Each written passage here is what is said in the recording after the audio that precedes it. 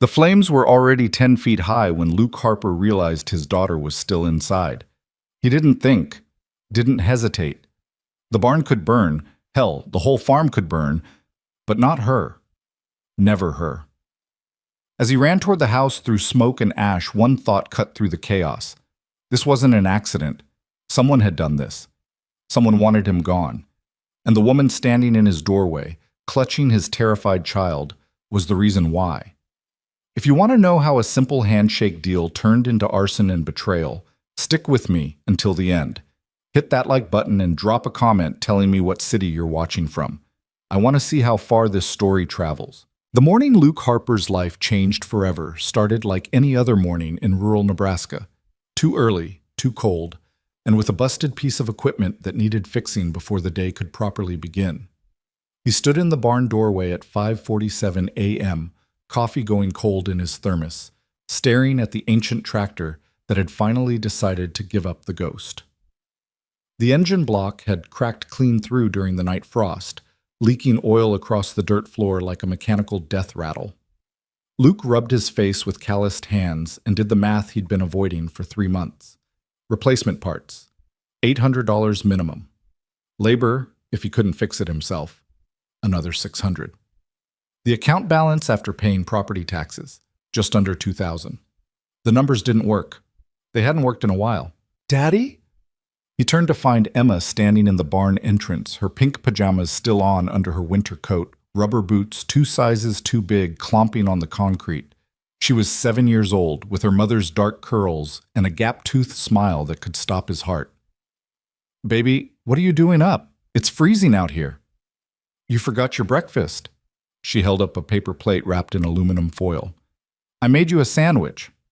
Luke crossed the space between them and crouched down, taking the offered plate with appropriate solemnity. He peeled back the foil to reveal 2 pieces of bread with approximately half a jar of peanut butter squeezed between them. No jelly, no honey, just pure, structural integrity-defined peanut butter. This looks perfect, he said, and meant it. I know you like extra. Emma beamed. Are you fixing the red tractor again? Trying to. She's being stubborn this morning. Mommy used to say stubborn things just need patience.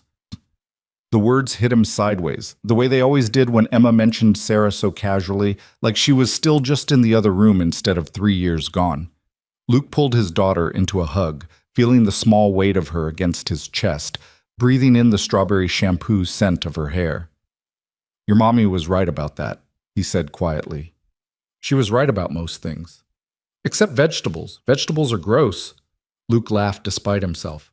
Go back inside and get ready for school. Bus comes in 40 minutes.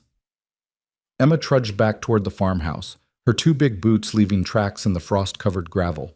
Luke watched until she disappeared through the door, then turned back to the tractor with a sigh that came from somewhere deep in his chest. This was his life now. This quiet, careful existence measured in school buses and broken equipment and making $800 stretch where it had no business stretching. It wasn't the life he had imagined at 25 when he'd married Sarah Mitchell under an August sky, both of them stupid with love and optimism. It wasn't the life he'd planned at 28 when Emma was born, and the whole world seemed to reorganize itself around this tiny, perfect person. But it was the life he had, the life he'd built from the wreckage of the worst day of his existence. The day a drunk driver had crossed the center line on Highway 77 and taken Sarah away in an instant that Luke still couldn't think about without his chest tightening. So he'd made promises. To Sarah's memory, to Emma's future, to himself. The farm would survive. Emma would grow up safe and loved. And Luke would be there, present, steady, unshakable, because that's what fathers did. He was on his 2nd cup of coffee and elbow deep in the tractor's guts when he heard the vehicle approaching.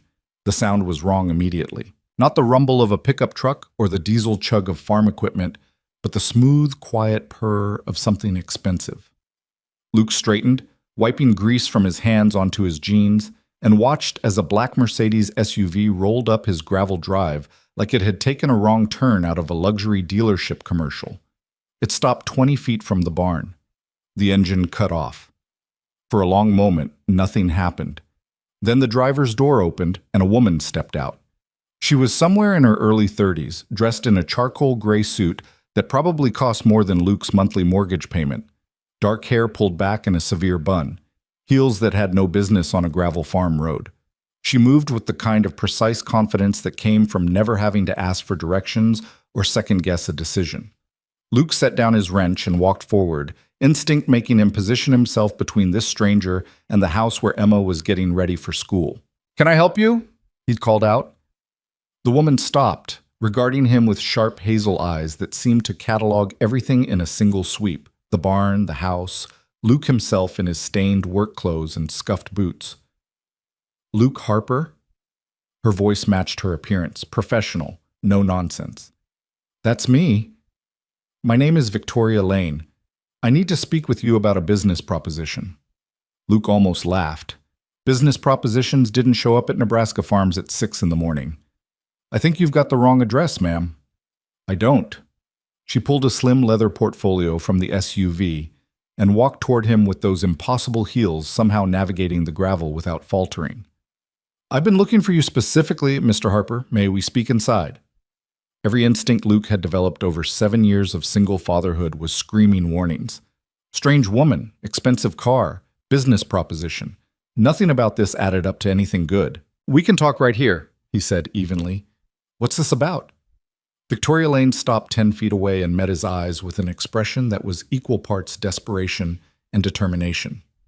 When she spoke, her voice had lost some of its professional polish, revealing something raw underneath. "I need a husband by tomorrow, Mr. Harper, and I'm prepared to compensate you very generously for your time and discretion." The silence that followed was broken only by the wind moving through the bare tree branches and the distant sound of Emma singing off-key in the house. Luke stared at this woman, this complete stranger who had just driven onto his property and propositioned him like she was ordering coffee, and tried to find words that made sense. "Excuse me?" Victoria opened the portfolio and pulled out a stack of papers. "I understand how this sounds. I'm not asking you to actually be my husband in any real sense. This is a legal arrangement. Temporary. Purely contractual. I need to be married by 5 p.m. tomorrow, or I lose everything I've spent the last decade building." "Then marry your boyfriend, or a friend, or literally anyone who isn't a stranger you found through—" Luke paused. "How exactly did you find me?" "Private investigator.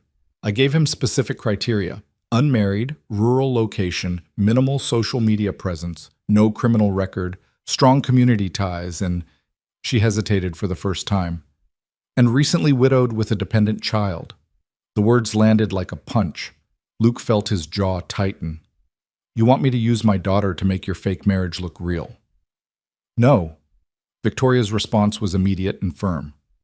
"I want someone who understands what's truly important, someone who has perspective, someone who won't be tempted by money or power because they've already experienced real loss and real love." She took a breath. "I need someone I can trust to walk away when this is over." "Lady, I don't know you. You don't know me. And I'm not interested in whatever scheme you're running." "It's not a scheme." Victoria's composure cracked slightly. "My father died 8 months ago. He left his company, Lane Technologies, to me under one condition in his will. I have to be married before my 33rd birthday, or controlling interest transfers to my cousin Marcus." She pulled out another document. "My birthday is tomorrow, Mr. Harper. Tomorrow at 5 p.m., everything my father built will go to a man who's been systematically trying to run the company into the ground so he can sell it for parts." Luke glanced at the papers she was holding but didn't take them. "That's unfortunate, but it's not my problem. I'm offering $300,000. The number hung in the cold morning air. $300,000. Enough to fix the tractor and the barn roof and the irrigation system. Enough to set up a real college fund for Emma. Enough to stop lying awake at night doing mental math and coming up short." Luke shook his head. "No." "Mr. Harper, no," he repeated, harder this time. "I don't care what you're offering. I'm not dragging my daughter into some legal mess because you've got family drama. Find someone else." He turned to walk back to the barn. "I know what you promised her." Luke stopped. Victoria's voice was quieter now, almost gentle. "Sarah Harper. Born Sarah Mitchell. You got married at the courthouse in Omaha because she wanted something small, and you wanted whatever made her happy. She died 3 years ago on November 14th. You scattered her ashes in the meadow behind this property because it was her favorite place on earth. A pause. And you promised her you'd keep this farm running no matter what, that you'd give Emma the childhood Sarah never got to see. Luke turned slowly. You've got no right. I know I don't. Victoria looked him straight in the eye. I know I'm asking you to violate something sacred. I know I'm showing up here like some corporate vampire trying to buy my way out of consequences. She folded the papers back into the portfolio. But I also know that the bank sent you a foreclosure warning last month. I know Emma needs braces next year. I know you're holding this whole thing together with duct tape and stubbornness. Get off my property. Mr. Harper. Now. Victoria Lane stood there for another moment, and something flickered across her face that might have been respect. She nodded once, turned back toward the SUV, then stopped. I'll be at the Riverside Motel in town until tomorrow at noon, she said without turning around. Room 14, if you change your mind. She climbed into the Mercedes and started the engine. I hope you don't lose the farm, Mr. Harper. Your daughter deserves better than that. The SUV rolled back down the gravel drive and disappeared onto the county road. Luke stood there in the cold morning, hands still stained with tractor grease, watching the dust settle. $300,000. He thought about the promises he'd made, about the life he was trying to give Emma, about the weight of every decision that came with being the only parent standing between a child and the world's sharp edges. Then he went back to the tractor and tried to forget Victoria Lane had ever existed. By lunchtime, Luke had managed to jerry-rig a temporary solution for the tractor, emphasis on temporary, and get Emma on the school bus with only minor drama about why she couldn't wear her Halloween costume to class in January. He was making himself a sandwich when his phone rang. The caller ID showed Nelson's feed and supply. Luke, it's Bill Nelson. Hey, Bill. That order come in yet? A pause on the other end. That's actually why I'm calling. I need to talk to you about your account. Luke's stomach sank. What about it? You're 60 days past due on the last invoice. Corporate's been on me to collect. I've been pushing back, but Bill sighed. I need at least half by the end of the week, or they're cutting off your credit line. How much is half? $2,200. Luke closed his eyes. Bill, I can get you $500 by Friday. The rest will have to wait until... Luke, I've known you since you were in high school. I know you're good for it. But my hands are tied here. Corporate doesn't care about history or intentions. They care about numbers. Give me until the end of the month. I can give you until Friday for the $500. After that, I can't make promises. The call ended. Luke sat at the kitchen table, staring at the half-made sandwich he no longer wanted to eat. The math was simple and brutal. $500 by Friday. $2,200 total, plus the $800 for tractor parts, plus the regular monthly expenses. Plus. He pulled out the bank statement he'd been avoiding and forced himself to look at the numbers in daylight instead of at 2 a.m. when everything felt worse. Current balance, about $1,847.32 mortgage payment due in 12 days. $1,100. The room felt smaller suddenly. Luke had spent 3 years performing financial miracles, stretching every dollar like it was made of rubber, taking odd jobs and fixing equipment for neighbors, and doing everything humanly possible to keep Emma's life stable and normal. But there were limits to miracles. There were hard edges to reality that no amount of stubbornness could change. He thought about Victoria Lane's words. I know you're holding this whole thing together with duct tape and stubbornness. She wasn't wrong. The farmhouse phone rang. The landline Sarah had insisted on keeping because cell service is unreliable out here. Luke almost didn't answer. Then he saw the caller ID. Emma's school. His heart kicked into high gear. This is Luke Harper. Mr. Harper, this is Principal Davis. Emma's fine, but we need you to come pick her up. What happened? She got into an altercation with another student during recess. No one's hurt, but we have a strict policy about physical contact. She's in my office. 20 minutes later, Luke pulled up to Riverside Elementary in his pickup truck, still wearing grease-stained clothes and probably smelling like motor oil. He found Emma sitting on the bench outside the principal's office, arms crossed, face set in an expression of pure Harper stubbornness. Baby, what happened? Emma looked up at him with eyes that were trying hard not to cry. Zach Morrison said we were poor. He said our house was going to fall down and we'd have to live in a car. Luke felt something crack in his chest. He sat down on the bench next to his daughter and pulled her close. What did you do? I pushed him. Emma. He said Mommy would be embarrassed of us. Now the tears came. He said she'd be sad that we're poor and you can't fix things right. Luke held his daughter while she cried against his shoulder, feeling the weight of every choice and consequence pressing down on him. 7 years old and already carrying burdens no child should understand. Principal Davis emerged from her office, her expression sympathetic. Mr. Harper, I know Zach Morrison can be difficult, and I understand Emma's been through a lot, but pushing another student, I understand, Luke said quietly. It won't happen again. Right, Emma? Emma nodded against his shoulder. I'm giving Emma a warning this time, but please talk to her about appropriate responses to conflict. Luke signed the necessary paperwork and led Emma back to the truck. They drove in silence for a while, Emma staring out the window at the passing farmland. Are we poor, Daddy? The question was small and honest. Luke pulled over to the side of the road and turned to face his daughter. We're not rich, baby, but we have everything we need. We have each other. We have the farm. We have a roof over our heads and food on the table. But Zach said, Zach Morrison doesn't know anything about us. He doesn't know that we're strong, that we're Harpers, that we don't quit when things get hard. He tucked a curl behind her ear. Your mom taught me that. And I'm teaching you? Emma was quiet for a moment. I miss Mommy. Me too, baby. Every single day. Would she really be embarrassed of us? Luke's throat tightened. Your mother would be proud of you. She'd be proud of how brave you are, how smart you are, how you stand up for what's right even when it's hard. He pulled her into a hug. We're doing okay, Emma. I promise. But as he drove the rest of the way home, Luke couldn't shake the feeling that he was lying to his daughter. Not about Sarah being proud. He knew that was true. But about them being okay. They weren't okay. They were drowning slowly, and Luke was running out of ways to bail water.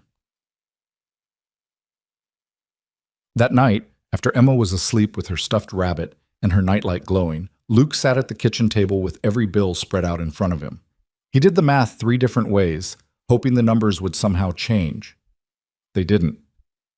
Even if he paid the absolute minimum on everything, even if he skipped the tractor repair and limped along with the temporary fix, even if he postponed every non-essential expense, he was still $800 short of making it through the month. And that was before any unexpected expenses, before anything broke, before life threw any additional challenges his way. Luke rubbed his eyes and looked around the kitchen. This house had been Sarah's dream. She'd picked out the paint colors, that specific shade of cream that looked golden in the morning light. She'd refinished the cabinets herself, 8 months pregnant, and refusing to let Luke do it because, I need a project, I'm going stir-crazy. Her handwriting was still on the calendar by the refrigerator from 3 years ago, frozen in time. Emma, dentist, 2 p.m., Luke, don't forget anniversary dinner. He'd promised to keep it, promised to make sure Emma grew up here, where Sarah's presence still lived in every corner. But promises didn't pay mortgages. Luke pulled out his laptop and did something he'd been avoiding for 3 years. He looked at the market value of the farm. 43 acres, house, barn, equipment. All told, it would probably sell for around $270,000. Enough to pay off the debts, buy a small house in town, and maybe have something left for Emma's future. Enough to break every promise he'd made. He closed the laptop and dropped his head into his hands. That's when he remembered Victoria Lane's card, still sitting in his truck from that morning. Room 14. If you change your mind. Luke sat there in this quiet kitchen, listening to the old house settle around him, and thought about pride versus pragmatism, about promises versus reality, about what Sarah would actually want, for him to destroy himself trying to keep a piece of land, or for Emma to have stability and security. He thought about $300,000. At 10:47 p.m., Luke Harper grabbed his truck keys and drove into town. The Riverside Motel was exactly what it sounded like, a single-story strip of rooms overlooking the Platte River, catering mostly to traveling salesmen and the occasional lost tourist. Luke pulled into the parking lot and sat in his truck for 5 full minutes, engine running, hands on the steering wheel. This was insane. He was about to knock on a stranger's door and discuss marrying her for money. This was the plot of a bad movie, not something that happened to Nebraska farmers who just wanted to raise their daughters in peace. But the alternative was losing everything. Luke killed the engine and walked to room 14 before he could talk himself out of it. He knocked 3 times. The door opened almost immediately, like Victoria had been waiting. She was still in professional clothes, but the suit jacket was gone, revealing a simple white blouse. Her hair was down now, falling past her shoulders. She looked tired and almost vulnerable in a way that made Luke realize she was probably as desperate as he was. "Mr. Harper." "Tell me exactly what you need," Luke said. "No corporate speak, no lawyer language. Just the truth." Victoria stepped back, opening the door wider. "Come in." The motel room was impersonal and clean. Victoria had papers spread across the small desk, a laptop open, an empty coffee cup from the gas station down the road. Luke stayed standing near the door, arms crossed. Victoria sat on the edge of the bed and looked up at him. "My father started Lane Technologies 30 years ago in our garage.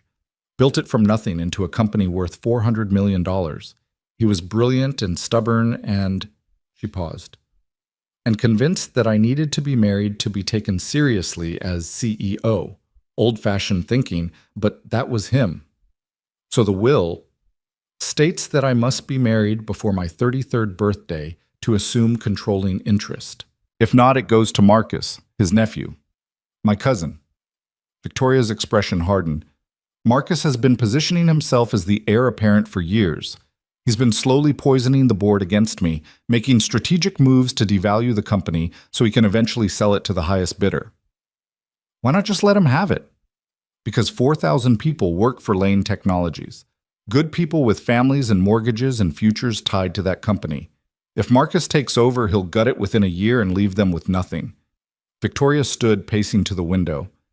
"And because my father built something good, something that matters, I'm not letting it die because I didn't get married by some arbitrary deadline." "Why me?" Luke asked. "You're rich, you're smart, you're—" He gestured vaguely.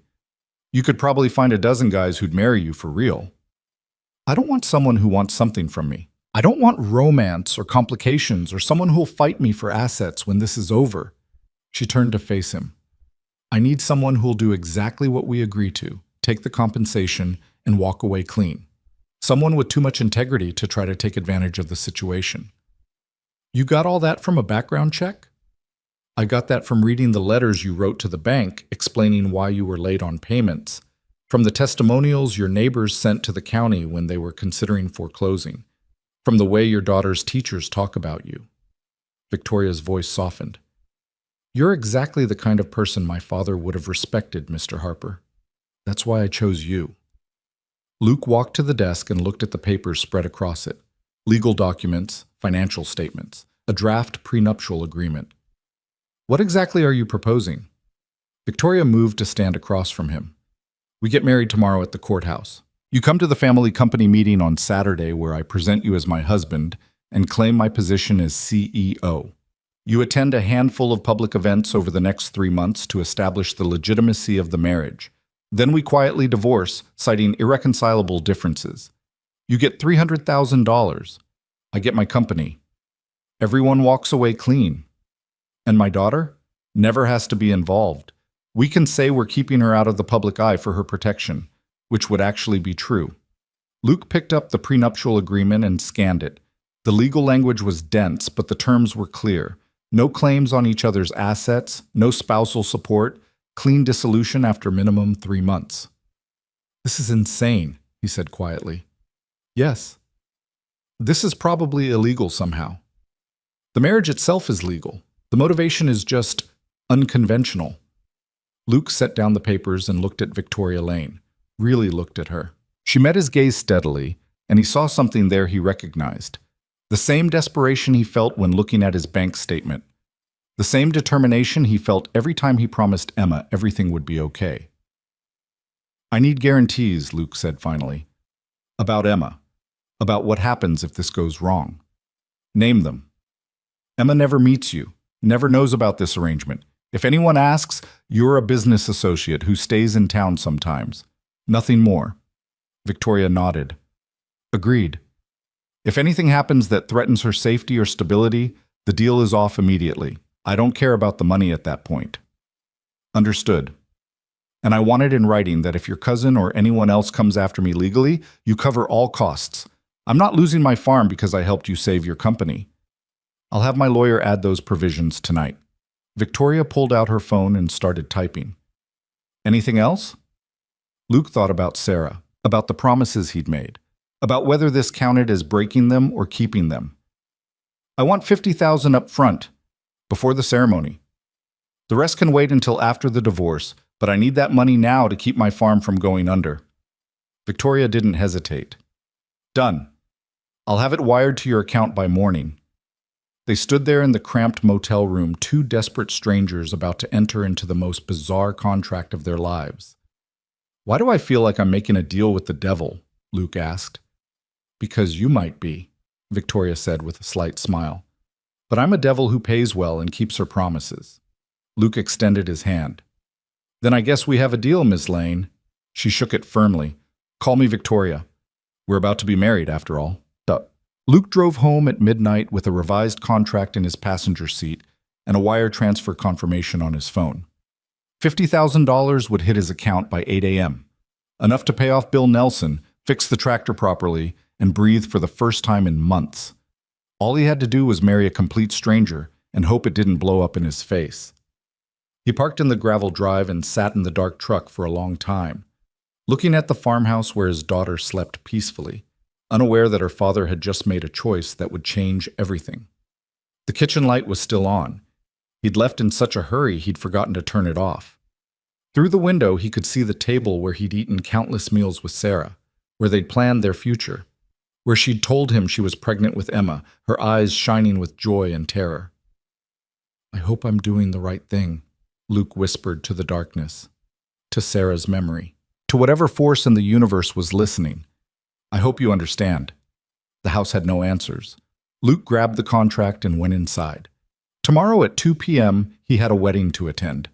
But first, he had to figure out how to explain to Emma why Daddy was going to be gone for a few hours without mentioning that he was getting married to a woman he'd met yesterday. Fatherhood, it turned out, was full of impossible situations. This was just the latest one. Luke woke at dawn to find the wire transfer already in his account, $50,000 appearing like a mirage that refused to disappear when he blinked. He stared at his phone screen for a full minute, watching the numbers stay exactly where they were, solid and real and terrifying in their implications. He'd actually done it, made the deal. Agreed to marry Victoria Lane in, he checked the time, 8 hours. Emma's footsteps padded down the hallway, and Luke quickly closed his banking app, shoving the phone into his pocket like evidence of a crime. Morning, Daddy. Emma appeared in the kitchen doorway, dragging her stuffed rabbit by one ear. Can we have pancakes? Sure, baby. Luke moved to the stove on autopilot, pulling out the mixing bowl Sarah had bought at a garage sale their first year of marriage. His hands measured flour and milk while his mind raced through the logistics of the day ahead. He needed to tell Emma something. Not the truth, never the truth, but something plausible enough to explain why he'd be gone for several hours in the middle of a Thursday. Hey, Em. He poured batter onto the griddle. I have to go into town this afternoon for some business stuff. Boring adult things. Mrs. Chen from next door is going to watch you for a few hours. Emma looked up from the kitchen table where she was coloring. What kind of business? Just paperwork, nothing exciting. The lie tasted bitter. But I'll be back before dinner, and we can watch that movie you wanted. The one with the talking dogs? That's the one. Emma went back to her coloring, satisfied. Luke flipped pancakes and tried not to think about how easily deception was coming to him now. One day into this arrangement, and he was already lying to his daughter. What would it be like in 3 months? At noon, he dropped Emma at the Chen farm 3 miles down the road. Margaret Chen had been Sarah's closest friend, a grandmother figure who'd helped Luke navigate the early days of single parenthood when he'd barely known how to braid hair or pack a proper lunch. You sure everything's okay? Margaret asked, studying Luke's face with the perception of someone who'd known him since he was a teenager. You look stressed. Just got some business to handle in town. Nothing to worry about. Business on a Thursday afternoon? Luke forced a smile. The exciting life of a farmer. Margaret didn't look convinced, but she let it go. Emma can stay as long as you need. We're making cookies this afternoon anyway. Luke hugged his daughter goodbye and drove toward town with his stomach in knots.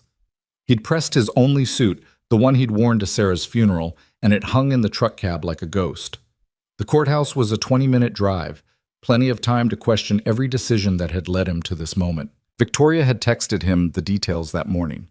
2 p.m. West entrance, bring ID and the signed contract. And Luke, thank you.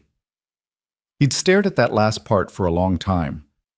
Thank you, like he was doing her a favor instead of saving his own skin. Maybe that's how rich people thought about these things. Transactions dressed up as gratitude. The county courthouse sat in the center of Riverside, a limestone building that had witnessed 100 years of marriages, divorces, and every legal proceeding in between. Luke parked in the back lot and sat in his truck for a moment, watching couples come and go. Young kids barely out of high school, holding hands and giggling. An older couple, probably renewing vows, the woman carrying a small bouquet of flowers. All of them entering that building for love, for commitment, for the 1,000 tiny promises that marriage represented. Luke was entering it for money and survival. He grabbed the suit and changed in the courthouse bathroom, feeling ridiculous in the small tiled space. The suit still fit, but felt wrong somehow, like wearing someone else's skin. He stared at himself in the mirror, 31 years old, dark circles under his eyes, jaw tight with tension, and barely recognized the man looking back. "You're doing this for Emma," he whispered to his reflection. "That's all that matters." His reflection didn't look convinced. Victoria was waiting in the hallway outside the clerk's office, wearing a simple navy dress that probably cost more than Luke's entire wardrobe. Her hair was pulled back again, severe and professional, but he noticed her hands were shaking slightly as she held a folder of documents. She saw him, and some of the tension left her shoulders. "You came." "I said I would." "People say a lot of things." Victoria glanced around the empty hallway. "Are you ready for this?" "No. You?" "Not even a little bit." She handed him a document. "Updated contract with your provisions. Everything we discussed is in there. My lawyer reviewed it this morning." Luke scanned the pages, finding the clauses about Emma's protection, the liability coverage, the immediate payment terms. It was all there, spelled out in dense legal language that essentially said, "This is a business arrangement, nothing more." "We need 2 witnesses," Victoria said. "I have my lawyer inside. Do you have someone?" Luke shook his head. "I didn't exactly advertise this." "We can use courthouse staff. The clerk mentioned they do it all the time for situations like this." She paused. "Well, maybe not exactly like this." They walked into the clerk's office together, maintaining a careful distance like strangers in an elevator. The clerk was a woman in her 50s named Janet, who'd processed Luke's marriage license to Sarah 9 years ago. Her eyes widened slightly in recognition. "Luke Harper? Well, I'll be. Didn't expect to see you here." Her gaze shifted to Victoria with undisguised curiosity. "This is a surprise." "Life's full of them," Luke said, hoping his voice sounded steadier than he felt. Janet pulled out the necessary forms with practiced efficiency. "I'll need ID from both of you. The fee is $75, and you'll need 2 witnesses. We can provide staff if needed." Victoria produced her driver's license and a credit card. Luke added his own ID to the pile, watching as Janet entered their information into the computer system. This was really happening. In a few minutes, he'd be legally married to a woman he'd known for less than 24 hours. A man in an expensive suit appeared in the doorway, Victoria's lawyer, introduced as Robert Thornton. He nodded at Luke with the careful neutrality of someone who'd been briefed on the situation and paid well enough not to judge it. The second witness was Janet's assistant, a younger woman who looked bored by the entire proceeding. Judge Morrison arrived at 2:15 p.m., a balding man with kind eyes who'd presided over half the marriages in the county. He smiled at Luke and Victoria like they were any other couple. "Shall we begin?" They stood before the judge in that sterile office, surrounded by filing cabinets and legal notices, and Luke felt the surreal weight of the moment crash over him. This was where he'd stood with Sarah, both of them trembling with joy and nerves, making promises they'd meant with every cell of their beings. Now he was standing here making different promises, false ones, temporary ones. Judge Morrison began the ceremony with the standard language. Marriage is a sacred bond between two people. Luke's attention drifted. He could see Victoria's profile, her jaw set with determination. She was going through with this to save her company, her father's legacy, 4,000 jobs. Noble reasons, maybe, but still a lie. Luke Harper, do you take Victoria Lane to be your lawfully wedded wife? The words hung in the air. This was it, the point of no return. Luke thought about Emma, about the farm, about $50,000 already in his account, and $250,000 more waiting on the other side of 3 months. I do. Victoria's turn came. Her voice was steady, professional even here. I do. Judge Morrison smiled. Then by the power vested in me by the state of Nebraska, I now pronounce you husband and wife. He paused, and something mischievous flickered in his expression. You may kiss the bride. Luke and Victoria both froze. They hadn't discussed this. In all the contracts and negotiations and planning, nobody had mentioned the actual kiss that traditionally sealed a marriage ceremony. Judge Morrison chuckled. It's optional, of course, but it does make for a more convincing memory. Victoria turned to Luke, and their eyes met. In that split second, he saw his own uncertainty reflected back at him. Then she stepped closer, rising slightly on her toes, and pressed a brief, chaste kiss to his lips. It lasted maybe 2 seconds, professional, businesslike. The kind of kiss you'd give a distant relative at a family gathering, but Luke's heart still kicked against his ribs because this was real now. Legal, binding. He was married to Victoria Lane. They signed the documents in silence. Janet processed the paperwork with cheerful efficiency, chatting about the weather and the upcoming county fair like this was perfectly normal. Within 20 minutes, Luke was holding a marriage certificate with both their names on it. Congratulations, Judge Morrison said warmly, shaking both their hands. I hope you'll be very happy together. The irony was almost painful.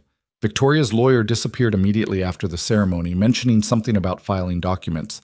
Janet returned to her desk. Luke and Victoria stood in the courthouse hallway, newly married strangers with no idea what to say to each other.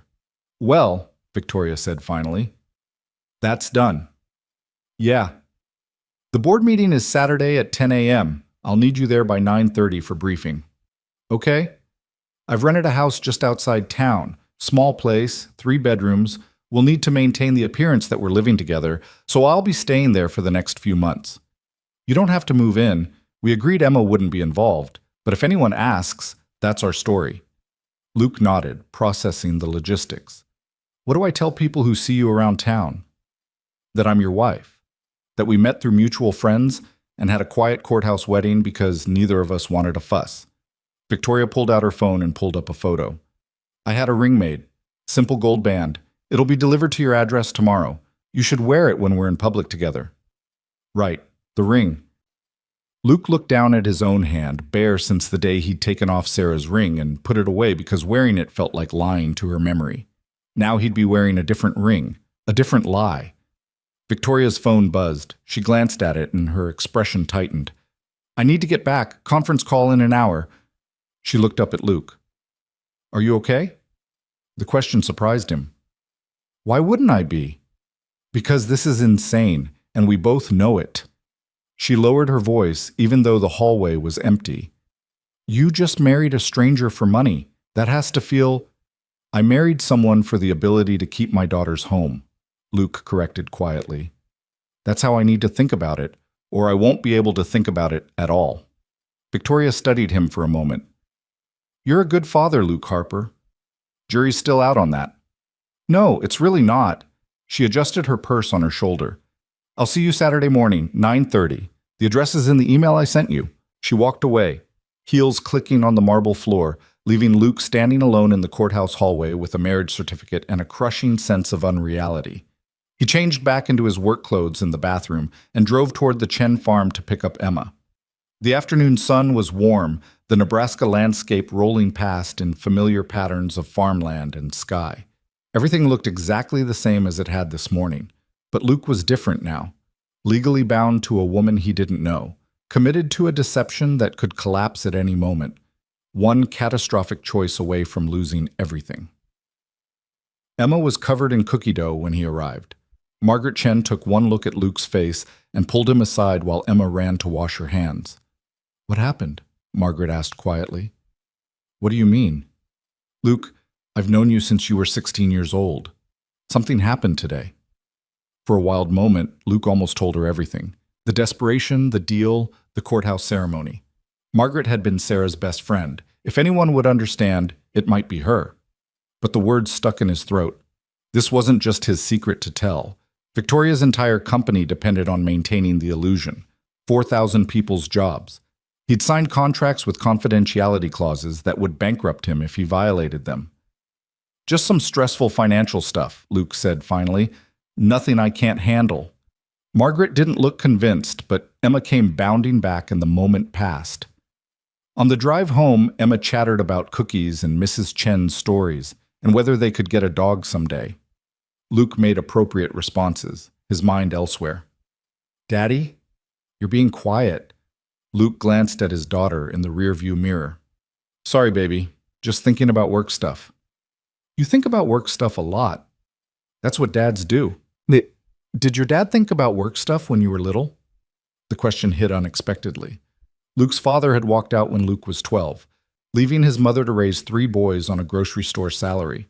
Work wasn't something his father had thought about much, at least not the kind of work that involved responsibility and showing up. "Sometimes," Luke said carefully, "but I'm not like my dad, Em. I'm here. I'm always going to be here." "I know." Emma went back to looking out the window. "That's why you're a good daddy." Luke's throat tightened. He hoped she'd still think that if she ever found out what he'd done today. That evening, after Emma was asleep, Luke sat at the kitchen table with his laptop and started researching Victoria Lane. If he was going to be married to this woman, even temporarily, he should probably know more about her than what she'd told him in a motel room. The internet had plenty to say about Victoria Lane. She'd graduated from Stanford with degrees in engineering and business. Spent 2 years at a consulting firm before joining her father's company at 23. Worked her way up through actual positions rather than coasting on the family name: operations manager, VP of development, COO. The business articles painted her as brilliant and ruthless, someone who'd transformed Lane Technologies from a regional player into a national competitor. There were photos from charity galas and industry conferences. Victoria in evening gowns, smiling beside other wealthy people. Victoria accepting awards. Victoria standing next to an older man who had her same sharp eyes, her father, Alexander Lane, who died of a heart attack at his desk 8 months ago.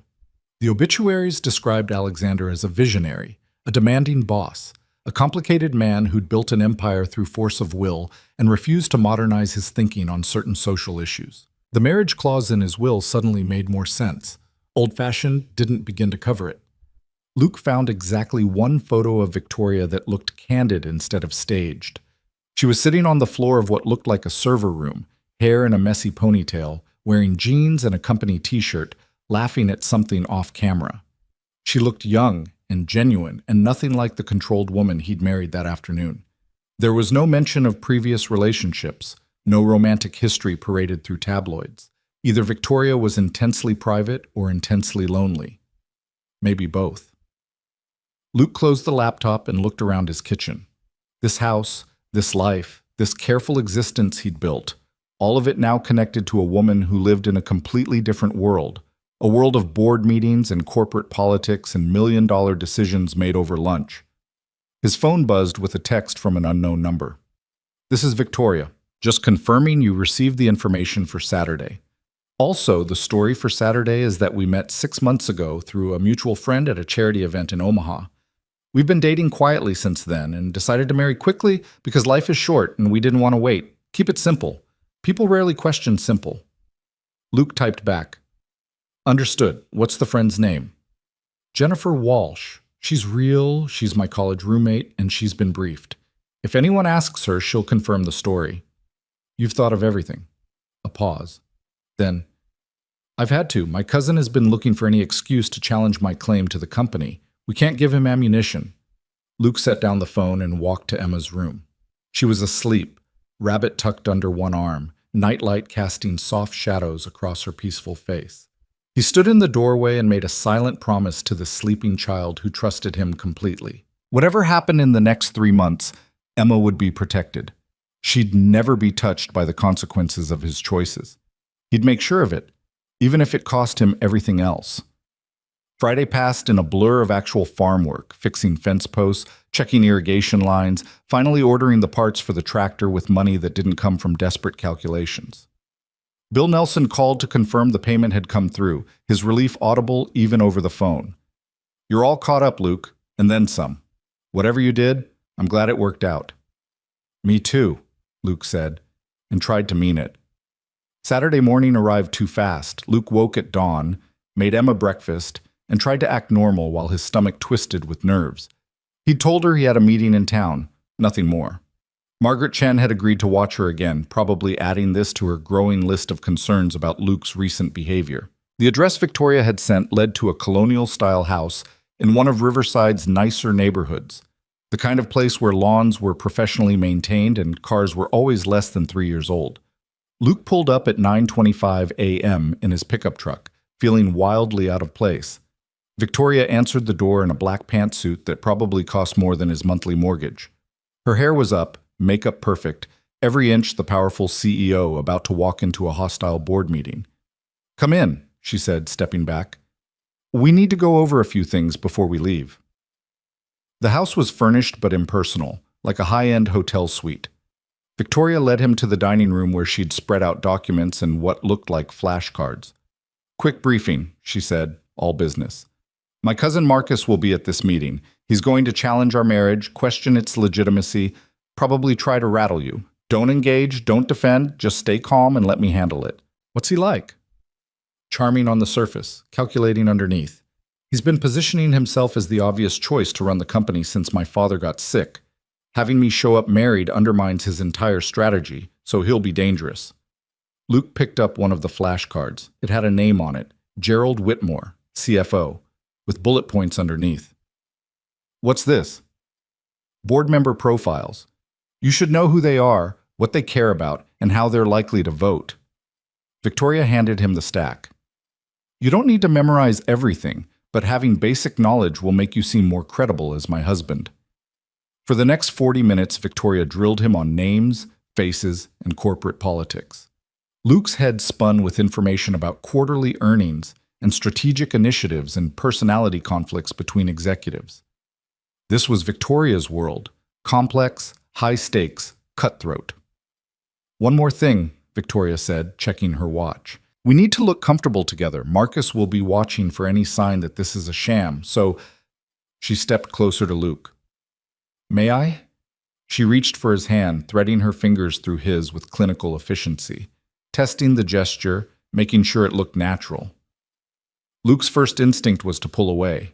This woman was a stranger. This touch was fake. Everything about this situation was manufactured, but he forced himself to stay still, to let Victoria adjust their joined hands until it looked believable. "Good," she said. "If we're sitting together, stay close, but not awkwardly so. If you need to touch my shoulder or back, do it naturally. And if anyone asks personal questions, defer to me. I'll handle it." "You're very good at this," Luke observed. "At what?" "Controlling situations." Something flickered across Victoria's face. "I've had a lot of practice." She released his hand and gathered the documents. "We should go. The meeting starts in 30 minutes. They took Victoria's Mercedes, and Luke tried not to feel like he was being transported to his own execution. The drive to Lane Technologies headquarters took 15 minutes, ending at a sleek glass building that looked like something from a science fiction movie. Victoria parked in a reserved spot near the entrance. Before getting out, she turned to Luke. "Thank you for doing this," she said quietly. "I know I already said that, but I mean it. You're saving more than just my company today." "Just stick to the agreement," Luke replied. "Farim, 3 months, then we're done." 3 months, Victoria agreed. They walked into the building together, and Luke felt the weight of every eye that turned to watch them. Employees in the lobby, security guards at the desk, people waiting for elevators, all of them staring at the mysterious man beside Victoria Lane. The executive floor was all polished wood and expensive art. Victoria led Luke to a large conference room where several people were already seated around a massive table. The conversation stopped the moment they entered. "Good morning," Victoria said calmly. "I'd like to introduce my husband, Luke Harper." The silence was deafening. Then a man at the far end of the table stood up. He was in his mid-30s, handsome in the way of someone who'd never missed a gym session, wearing a suit that screamed custom tailoring. His smile was pleasant, but his eyes were ice cold. "Husband?" Marcus Lane's voice carried perfectly calibrated surprise. "Victoria, this is quite the development. I had no idea you were even seeing anyone. I prefer to keep my personal life private." Clearly, Marcus walked around the table, extending his hand to Luke. "Marcus Lane, Victoria's cousin, and you are?" Luke shook his hand, noting the aggressive firmness of the grip. "Luke Harper." "What do you do, Luke?" "I'm a farmer." "A farmer?" Marcus's eyebrows rose. "How rustic. And how exactly did you meet my cousin?" "Through mutual friends," Victoria interjected smoothly. 6 months ago at a charity event in Omaha." 6 months? An older woman at the table, Gerald Whitmore, Luke remembered from the flashcards, leaned forward. "Victoria, you never mentioned you were in a relationship." "As I said, I value my privacy." Marcus returned to his seat, that pleasant smile never wavering. "I'm sure we all wish you happiness, Victoria, though the timing is rather convenient, isn't it, given the terms of your father's will?" "My father wanted me to be happy. I am. That's all that matters." "Of course." Marcus opened a folder in front of him. "Though I'm sure you understand that the board will need to verify the legitimacy of this marriage. After all, the will specifically states that any marriage entered into solely for the purpose of claiming inheritance would be null and void." Victoria's expression remained neutral. "Our marriage is entirely legitimate. We have witnesses, documentation, and a marriage certificate filed with the county. And yet you married at a courthouse. No family present, no announcement, just a quick ceremony, and suddenly you're married right before the deadline." Marcus looked directly at Luke. "Tell me, Luke, what attracted you to Victoria? Was it her winning personality or her $400 million company?" Every person in that room turned to look at Luke. This was the test. The moment where he either sold the lie or destroyed everything. Luke met Marcus's eyes steadily. "I don't care about her money. I care about her. The rest is none of your business." "Isn't it, though? When the future of this company hangs on whether your marriage is real?" Marcus leaned back in his chair. "Forgive my skepticism, but this all feels rather theatrical. A mysterious farmer appears out of nowhere, sweeps Victoria off her feet, and marries her just in time to fulfill the will's requirements?" "Marcus, that's enough." An older man at the table, the board chairman Luke remembered, spoke up. "Victoria has complied with the terms of her father's will. Unless you have evidence to the contrary, we should proceed with today's agenda." "Actually, I do have concerns." Marcus pulled out another document. "I've already filed a formal challenge with the company's legal team. I believe this marriage is fraudulent, and I intend to prove it." Victoria's jaw tightened, but her voice stayed calm. "Challenge all you want. Our marriage is legal and legitimate. You're wasting everyone's time." "We'll see," Marcus smiled. "I've hired investigators to look into Mr. Harper's background, into your relationship, into every detail of how this sudden romance developed. If there's any evidence of fraud, I'll find it." Luke felt ice run down his spine. Investigators, looking into his life, his finances, asking questions around town. How long before someone noticed the timing, the desperation, the impossibility of a 6-month relationship that nobody had witnessed? But Victoria just gathered her materials calmly. "Do what you need to do, Marcus. Meanwhile, I'd like to officially claim my position as CEO, as outlined in my father's will. All conditions have been met." The next hour was a blur of corporate procedure that Luke barely followed. Votes were taken. Documents were signed. Marcus raised objections at every turn, but the board chairman shut him down with practiced efficiency. When it was over, Victoria Lane was officially the CEO of Lane Technologies. And Luke was officially in way over his head. The investigators showed up on Tuesday. Luke was under the tractor, wrestling with a stubborn bolt that had rusted itself into permanent residence when he heard the car approaching. Not Victoria's smooth Mercedes purr, but something heavier, more deliberate. He slid out from beneath the chassis, wiping grease onto his jeans, and saw two men in dark suits stepping out of a sedan that screamed rental car anonymity. Luke Harper?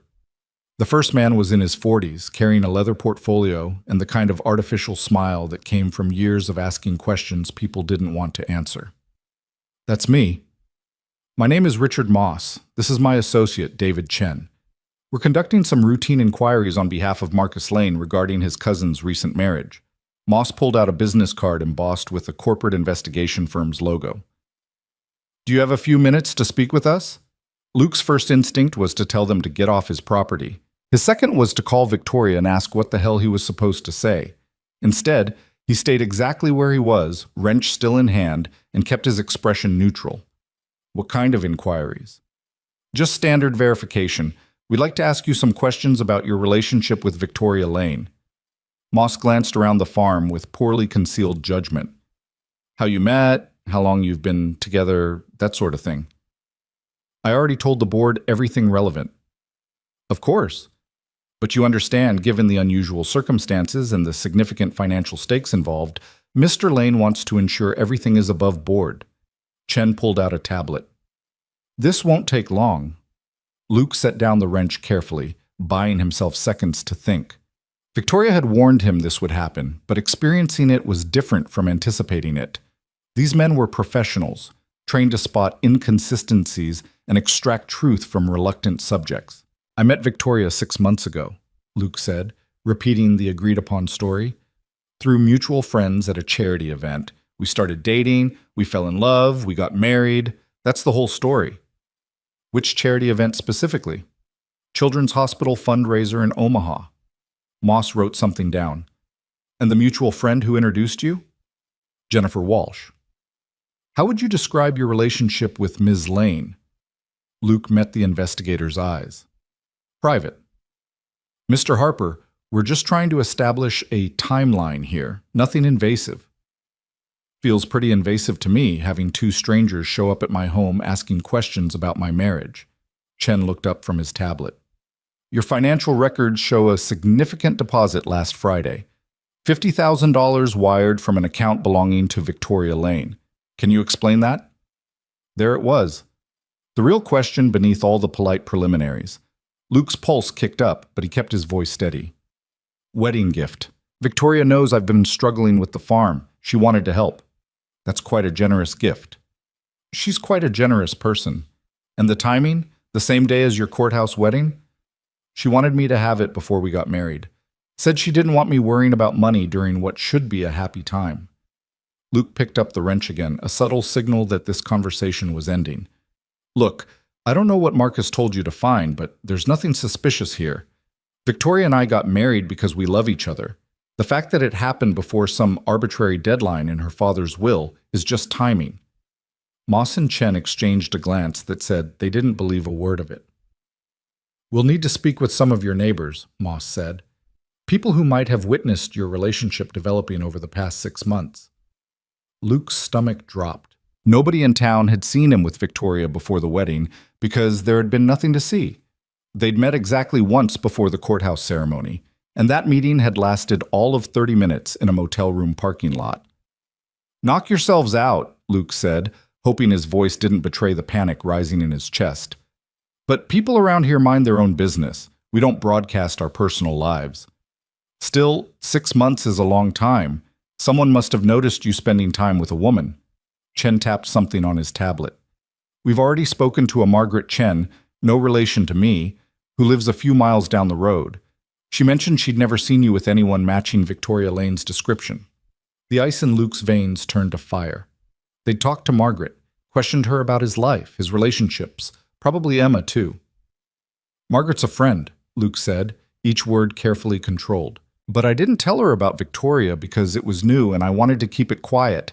I've got a young daughter. I don't introduce her to people I'm dating unless it's serious. And yet you married Victoria after only 6 months. That seems fast for someone who's cautious about his daughter. My wife died 3 years ago. When you've already lost someone you love, you learn not to waste time when you find it again. Luke met Moss's eyes. Are we done here? Just a few more questions. We're done. Luke turned back toward the tractor. You want to talk to me again, call my lawyer. He didn't actually have a lawyer, but the statement had the desired effect. Moss and Chen retreated to their rental car, and Luke watched them drive away before pulling out his phone with shaking hands. Victoria answered on the second ring. What happened? Your cousin's investigators just left. They know about the 50,000. They've been talking to my neighbors. They know nobody's seen us together. Luke paced the length of the barn, adrenaline making it impossible to stand still. This is falling apart, Victoria. No, it's not. Stay calm. They're fishing for evidence, but fishing isn't finding. Her voice was steady, controlled, the same voice she probably used in tense board meetings. What exactly did you tell them? Luke recounted the conversation word for word. Victoria listened without interrupting, and he could almost hear her mentally cataloging every detail, every potential weakness in their story. The 50,000 was smart thinking, she said finally. Wedding gift is plausible, and it's not illegal. The neighbors are a problem, but not insurmountable. We just need to be seen together more. Public appearances. Make it look like we're a real couple. I have a daughter to protect. I can't have her involved in this. She doesn't have to be. We agreed on that. Victoria paused. But Luke, we need to sell this marriage, or Marcus will tear it apart piece by piece. That means spending time together where people can see us. Restaurants, maybe a movie, normal couple things. Normal couples don't schedule their relationship like business meetings. Normal couples also don't get married to save billion-dollar companies. Victoria's voice softened slightly. I know this is hard. I know it's not what you signed up for, but we're in it now, and the only way out is through. Luke leaned against the barn wall, staring up at the rafters Sarah had helped him repair 5 years ago. How long before they give up? Marcus? Never. But the investigation has to produce evidence within a reasonable time frame, or the board will dismiss it as harassment. If we can hold this together for another 6 weeks, we'll be clear. 6 weeks felt like an eternity. There's something else, Victoria continued. There's a company gala on Friday night. Industry event, lots of press, very visible. I need you there. Victoria, I know. But Marcus will be there and half the board. And if I show up without my husband, it'll fuel every suspicion he's spreading. She took a breath. I'll make it as painless as possible. In and out, a few photos, some small talk, 3 hours maximum. Luke closed his eyes. 3 hours in a room full of strangers, pretending to be someone he wasn't, wearing a suit he hated and a ring that felt like a shackle. What about Emma? Your neighbor seems willing to help, or I can arrange for a professional sitter if that's more comfortable. Margaret's already suspicious. I ask her to watch Emma for another fancy event. She's going to start asking questions I can't answer. Then tell her I'm attending a work function and you're coming as my guest. It's not a lie. It's just not the whole truth. The distinction felt meaningless, but Luke was running out of options. Fine, Friday, but I'm not staying longer than 3 hours. Deal. I'll send you the details. Victoria hesitated. And Luke? Thank you. I know this is asking a lot. After the call ended, Luke stood in the barn for a long time, listening to the wind move through the eaves and wondering at what point he'd lost control of his own life. 6 days ago, he'd been a farmer with money problems. Now he was married to a woman he barely knew, lying to everyone he cared about, and watching investigators circle like vultures looking for carrion. Emma came home from school that afternoon full of stories about a science project involving vinegar and baking soda. Luke made dinner while she chattered, grateful for the normalcy of mac and cheese and homework and bedtime routines. This was real. This mattered. Everything else was just noise. But when he tucked Emma into bed that night, she looked up at him with Sarah's dark eyes and asked, "Daddy, are you okay? You seem sad." Luke smoothed her hair back from her forehead. "I'm fine, baby. Just tired." "Is it because of work?" "Yeah, just work stuff." Emma was quiet for a moment. "Mrs. Chen said you had visitors today, men in suits." Of course Margaret had mentioned it. The whole town probably knew by now. They were asking about some business stuff, nothing important. Were they nice? Nice enough. Luke kissed her forehead. Don't worry about it. Everything's fine. Emma hugged her rabbit close. I love you, Daddy. Love you too, Em. More than anything. He turned off the light and closed the door, then stood in the hallway with his fists clenched, fury rising hot and sharp. Marcus Lane had sent investigators to his farm, questioned his neighbors, probably scared Emma by their presence. This wasn't just about corporate politics anymore. It was personal. Luke pulled out his phone and typed a text to Victoria. Your cousin crossed a line today. Keep him away from my daughter. The response came immediately. I'll handle it. I promise. But promises felt cheap these days. The week crawled by with agonizing slowness. Luke threw himself into farm work, repairing everything that could be repaired and avoiding the questions in Margaret Chen's eyes when she dropped off a casserole just because. The tractor parts arrived, and Luke installed them with methodical precision, grateful for problems that had clear solutions. On Thursday evening, a package arrived containing a tuxedo, perfectly tailored to Luke's measurements. A note from Victoria simply said, "For tomorrow, V." Luke tried it on in his bedroom, staring at his reflection in the mirror Sarah had hung on the closet door. The tuxedo fit perfectly, transforming him into someone who might plausibly belong at a corporate gala, someone who might plausibly be married to Victoria Lane. He looked like a stranger. Friday arrived too fast. Luke dropped Emma at Margaret's house with a carefully rehearsed explanation about attending a work event with a friend. Margaret's skepticism was obvious, but she didn't push, just reminded Luke that Emma could stay overnight if needed. I'll be back before midnight, Luke promised. Victoria picked him up at 7 in the Mercedes, and Luke almost didn't recognize her. The severe business suits were gone, replaced by an emerald green gown that probably cost more than his truck. Her hair was down, styled in waves that softened her features. Diamond earrings caught the light. You clean up nice, she said as he slid into the passenger seat.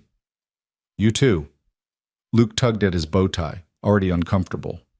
Where is this thing? Riverside Convention Center, about 45 minutes away. Victoria pulled out of the driveway smoothly.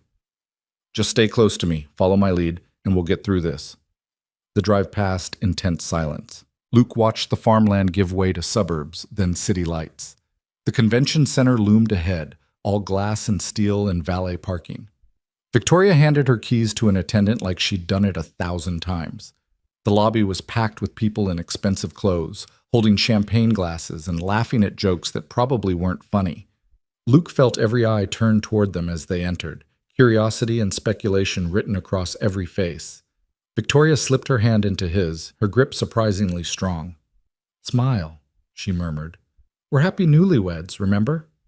Luke managed something that might have passed for a smile and let Victoria guide him into the crowd. She worked the room with practiced ease, introducing him to executives and investors and people whose names Luke forgot immediately. He shook hands, made small talk about the weather and farming, and tried not to look as uncomfortable as he felt. Victoria, there you are. A woman in a silver dress materialized from the crowd, embracing Victoria with genuine warmth. And this must be the mysterious husband everyone's been talking about. Jennifer, this is Luke.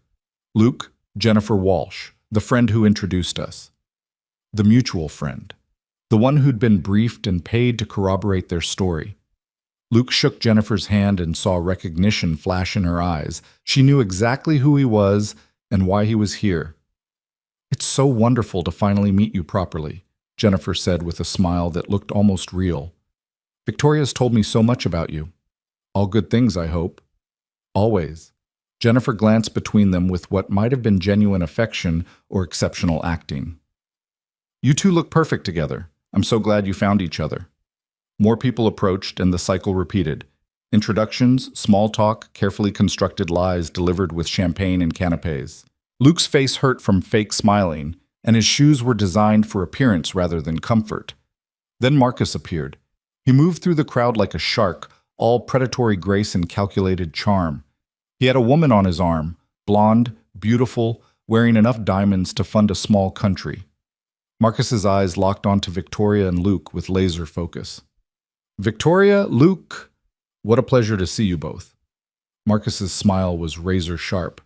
I don't believe you've met Cassandra. Cassandra, This is my cousin Victoria and her—" He paused deliberately. "Her husband." Cassandra extended a perfectly manicured hand. "How lovely. Victoria, Marcus has told me so much about you." "I'm sure he has." Victoria's voice was ice wrapped in silk. Marcus turned his attention to Luke. "How are you finding married life, Luke? Must be quite an adjustment from farm living." "It's fine. I imagine the financial stability must be a relief. I spoke with some of your neighbors recently. They mentioned you'd been having some difficulties with the property." Luke felt Victoria tense beside him. This was Marcus's game, subtle jabs wrapped in polite conversation designed to provoke a reaction. "The farm's doing well," Luke said evenly. "Thanks for your concern." "Of course, I'm just looking out for family." Marcus sipped his champagne. "Though I have to admit the timing of your marriage is remarkably convenient. Almost theatrical, really. Like something out of a movie." "Marcus?" Victoria's voice carried a warning. "I'm simply making conversation, cousin." Marcus's eyes never left Luke's face. "It's just so unusual, isn't it? A quiet farmer and a corporate CEO, meeting through mutual friends, falling in love in just 6 months, and marrying right before a crucial deadline. One might almost think it was planned." Luke stepped closer to Marcus, closing the distance between them. Not aggressive, but definitive. "You know what I think is unusual? A man so desperate to inherit something he didn't earn that he harasses people just trying to live their lives. You want to challenge Victoria's position? Do it through proper channels. But leave my family out of it." Something flickered in Marcus's expression. Surprise, maybe, or respect. The conversation around them had quieted, people sensing the tension. "I'm simply protecting my interests," Marcus said smoothly. "And if your marriage is legitimate, you have nothing to worry about." "We don't." Victoria placed her hand on Luke's arm, a gesture of both solidarity and restraint. "Now, if you'll excuse us, we have other people to speak with." She guided Luke away through the crowd, her smile never faltering even though Luke could feel the tremor in her hand. "I'm sorry," she murmured once they were out of earshot. "He's trying to bait you." "It's working." "I know, but we can't give him what he wants. He's looking for any sign of discord, any crack in the foundation." Victoria grabbed 2 champagne glasses from a passing waiter and handed one to Luke. "Just a little longer, we can leave after the speeches." The speeches turned out to be 45 minutes of industry recognition and corporate achievement that Luke understood about 30% of. He stood beside Victoria, maintaining appropriate husband proximity, and let his mind wander to Emma. She was probably already asleep at Margaret's, clutching her rabbit and dreaming of whatever 7-year-olds dreamed about. Safe, protected, unaware of the performance her father was giving 30 miles away. The evening finally wound down around 11.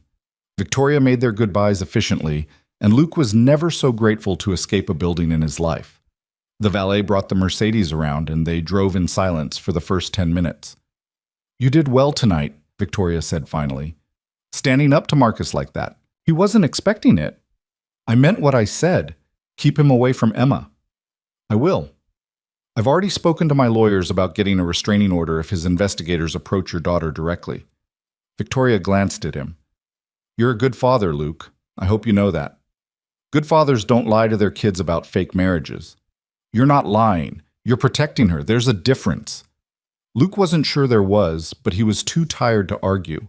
They pulled into his driveway at 11:47, and he started to get out, then hesitated. "What happens if Marcus finds proof?" he asked.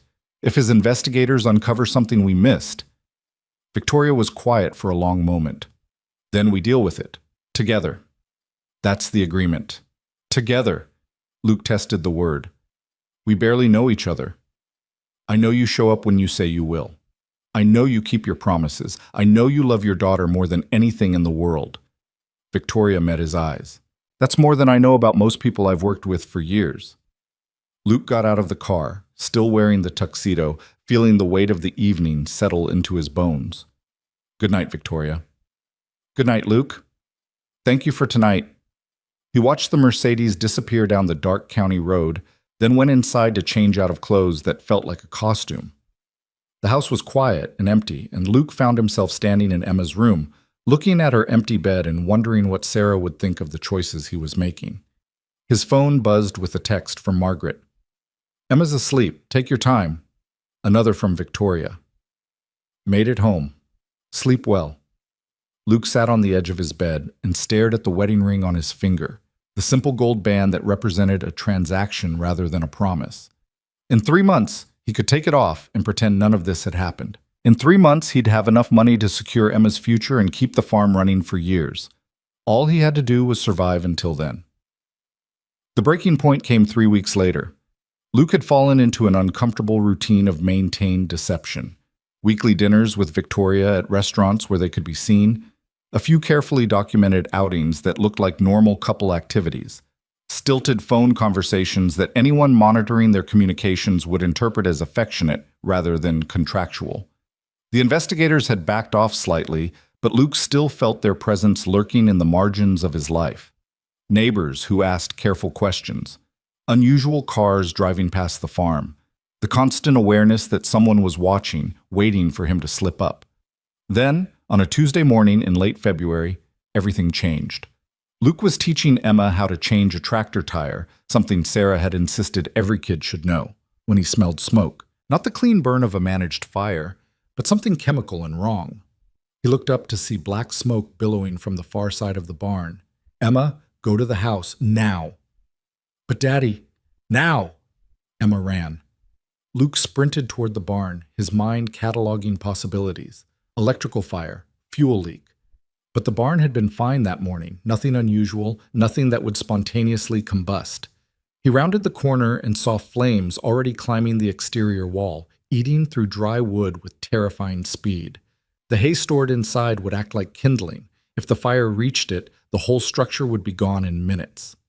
Luke grabbed the garden hose, knowing it was inadequate even as he turned it on. The water pressure was too low, the flames too high. He needed the fire department, but the nearest station was 20 minutes away. He pulled out his phone with shaking hands and dialed 911, giving their address between coughing fits as smoke invaded his lungs. Then he dialed Victoria because she was the only other person who might understand what this really meant. "Luke, what's wrong?" "The barn's on fire. Someone set it." He could barely hear himself over the roar of flames. "This wasn't an accident, Victoria. This was deliberate. Get out of there, now. Is Emma safe?" "She's in the house." "Then get away from the barn and wait for the fire department. I'm on my way." Luke dropped the useless hose and ran back to the house. Emma was standing in the doorway, white-faced and trembling. Luke scooped her up even though she was getting too big to be carried, holding her tight against his chest. "It's okay, baby. The fire department is coming. We're okay." But they weren't okay. Someone had set fire to his barn. Someone wanted him scared enough to walk away from this marriage, to abandon Victoria and the agreement and the money that was keeping his life together. Someone wanted to destroy him. The fire trucks arrived 15 minutes later, sirens wailing. Firefighters deployed with professional efficiency, containing the blaze before it could spread to the house or the fields. Luke stood in the driveway with Emma pressed against his side, watching his barn burn, and felt rage replace fear. Victoria's Mercedes pulled up 40 minutes after Luke's call. She got out wearing jeans and a sweater, the most casual he'd ever seen her, and walked straight to him without hesitation. "Are you hurt?" "No, Emma's fine. The barn—" He gestured helplessly at the smoking structure. Victoria looked at the damage, her expression hardening. "This was Marcus." "You don't know that." "I know my cousin. I know how far he'll go to get what he wants." She pulled out her phone. "I'm calling the police. This is arson and attempted intimidation." A firefighter approached, an older man with soot-stained gear and tired eyes. "Mr. Harper, we've contained the fire, but you're looking at significant structural damage. The building's not safe to enter. We'll need an investigator out here to determine the cause." "It was arson," Luke said flatly. The firefighter's expression shifted. "You saw someone?" "No, but I know it wasn't an accident." "Let's not jump to conclusions until we have evidence. I'll make sure the investigator knows to look for signs of accelerant." After the firefighter walked away, Luke turned to Victoria. "He won't find anything. Whoever did this was professional." "Probably." Victoria watched the cleanup efforts. "But that doesn't mean we can't fight back." "How? We can't prove Marcus was involved." "Not directly, but I can make him understand that attacking you means attacking me." Victoria's voice was cold fury. I can make his life very difficult, very quickly. Luke looked at this woman he'd married 3 weeks ago, this stranger who'd shown up at his farm with an impossible request and turned his life inside out. She was standing beside him now, ready to fight his battles, protect his daughter, burn down her own cousin if necessary. It should have felt wrong, transactional, false. Instead, it felt like partnership. I need to get Emma somewhere safe, Luke said. She can't stay here tonight. Bring her to my house, both of you. It's secure, and no one knows the address except my lawyer. Victoria met his eyes. I know we agreed to keep her separate from this, but that was before someone tried to burn down your home. Luke looked at Emma, still trembling against his side, and made a choice that broke every rule they'd established. Okay, we'll come. Victoria drove them to the colonial house in town while Luke sat in the back with Emma, explaining that they were staying with a friend for a few days while the barn got fixed. Emma asked questions with the practical curiosity of a 7-year-old, and Luke answered with lies that were getting easier every time he told them. The house Victoria had rented was bigger than it looked from outside, with 3 bedrooms upstairs and a security system that probably cost more than Luke's truck. Victoria showed them to the guest rooms, gave Emma a tablet loaded with movies, and then pulled Luke aside. We need to talk about what happens next. Luke followed her to the kitchen, exhaustion hitting him now that the adrenaline was fading. What is there to talk about? Marcus tried to scare me off, and it worked. I can't put Emma at risk for money. This isn't about money anymore. Victoria's voice was fierce. This is about sending a message that threatening your family has consequences. If we back down now, Marcus wins. And he'll keep winning, keep hurting people, keep destroying everything my father built. I don't care about your father's company, but you care about justice, about protecting your daughter, about not letting bullies win. Victoria stepped closer. I can end this, Luke. I can make Marcus pay for what he did, but I need you to trust me. I need you to hold on just a little longer. Luke thought about the burning barn, about Emma's frightened face, about 3 months of deception that had turned into something more complicated than either of them had anticipated. How much longer? 6 more weeks. That's all I need to solidify my position enough that Marcus can't touch it. Then you're free. You get your money, you rebuild your barn, and you never have to see me again. Victoria's expression softened slightly. But right now, I need you to stay, please. Luke looked through the doorway at Emma, curled up on the couch, watching animated movies and trying to pretend everything was normal. His daughter deserved better than this. Deserved a father who wasn't gambling her safety on corporate politics and convenient marriages. But she also deserved a father who didn't quit when things got hard, who stood up to bullies, who kept his promises even when they cost him everything. 6 weeks, Luke said finally. But Emma stays somewhere safe, and if anything else happens, anything, we're done. Deal's off. Victoria extended her hand. Deal. They shook on it, and Luke felt the weight of another promise settling onto his shoulders. Another commitment to this strange woman who'd crashed into his life and refused to let him fall. Somewhere in the house, Emma laughed at something in her movie. The sound was pure and uncomplicated, a reminder of everything worth protecting. Luke just hoped he could keep her safe long enough to see this through to the end. The fire investigator's report came back 3 days later with the conclusion Luke had expected: arson. Traces of accelerant found at 3 separate points along the barn's exterior, indicating deliberate and methodical planning. No suspects, no witnesses, just the cold confirmation that someone had tried to burn him out. Luke stood in the ruins of his barn, breathing in the lingering smell of smoke and destruction, while Victoria read the report on her phone a few feet away. Emma was at school, blessedly unaware of the full implications of what had happened. Luke had told her it was an electrical fire, nothing to worry about, already being fixed. The lies were piling up so high he could barely see over them anymore. The police want to interview you again, Victoria said, looking up from her phone. They're treating this as a criminal investigation now. Good. Maybe they'll actually find who did this. They won't. Victoria's voice was flat with certainty. Marcus would have used professionals, people who know how to cover their tracks. The most we can hope for is that the investigation makes him nervous enough to back off. Luke kicked at a piece of charred wood. And if it doesn't, If he tries something worse next time, then I destroy him.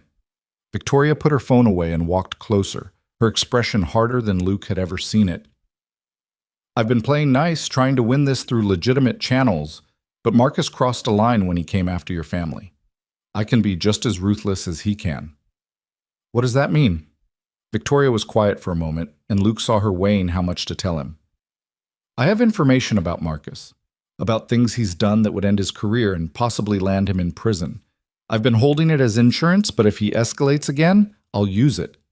Why haven't you used it already? Because it would hurt the company. Scandals, investigations, lawsuits, all of it would damage Lane Technologies and the people who work there. She looked at the burned barn. But I'm willing to accept that cost now. Nobody threatens your daughter and walks away clean. The fierce protectiveness in her voice surprised Luke. This wasn't about corporate strategy or inheritance anymore. Victoria was genuinely angry on his behalf, on Emma's behalf, and that anger was personal in a way that had nothing to do with their business arrangement. I don't want you destroying your father's company for me, Luke said. It's not just for you, it's for the principal. For making sure Marcus understands that some lines can't be crossed. Victoria's phone buzzed, and she glanced at it with a frown. I have to get back to the office. Emergency board meeting. Are you and Emma still okay at the house? They'd been staying at Victoria's rental for 3 nights now, sleeping in guest bedrooms and maintaining the careful fiction that this was temporary. But Luke had noticed small changes.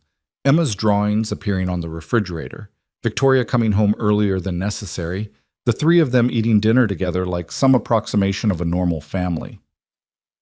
We're fine, Luke said. But I need to start rebuilding the barn soon. Insurance will cover most of it, but I have to oversee the work. Hire someone.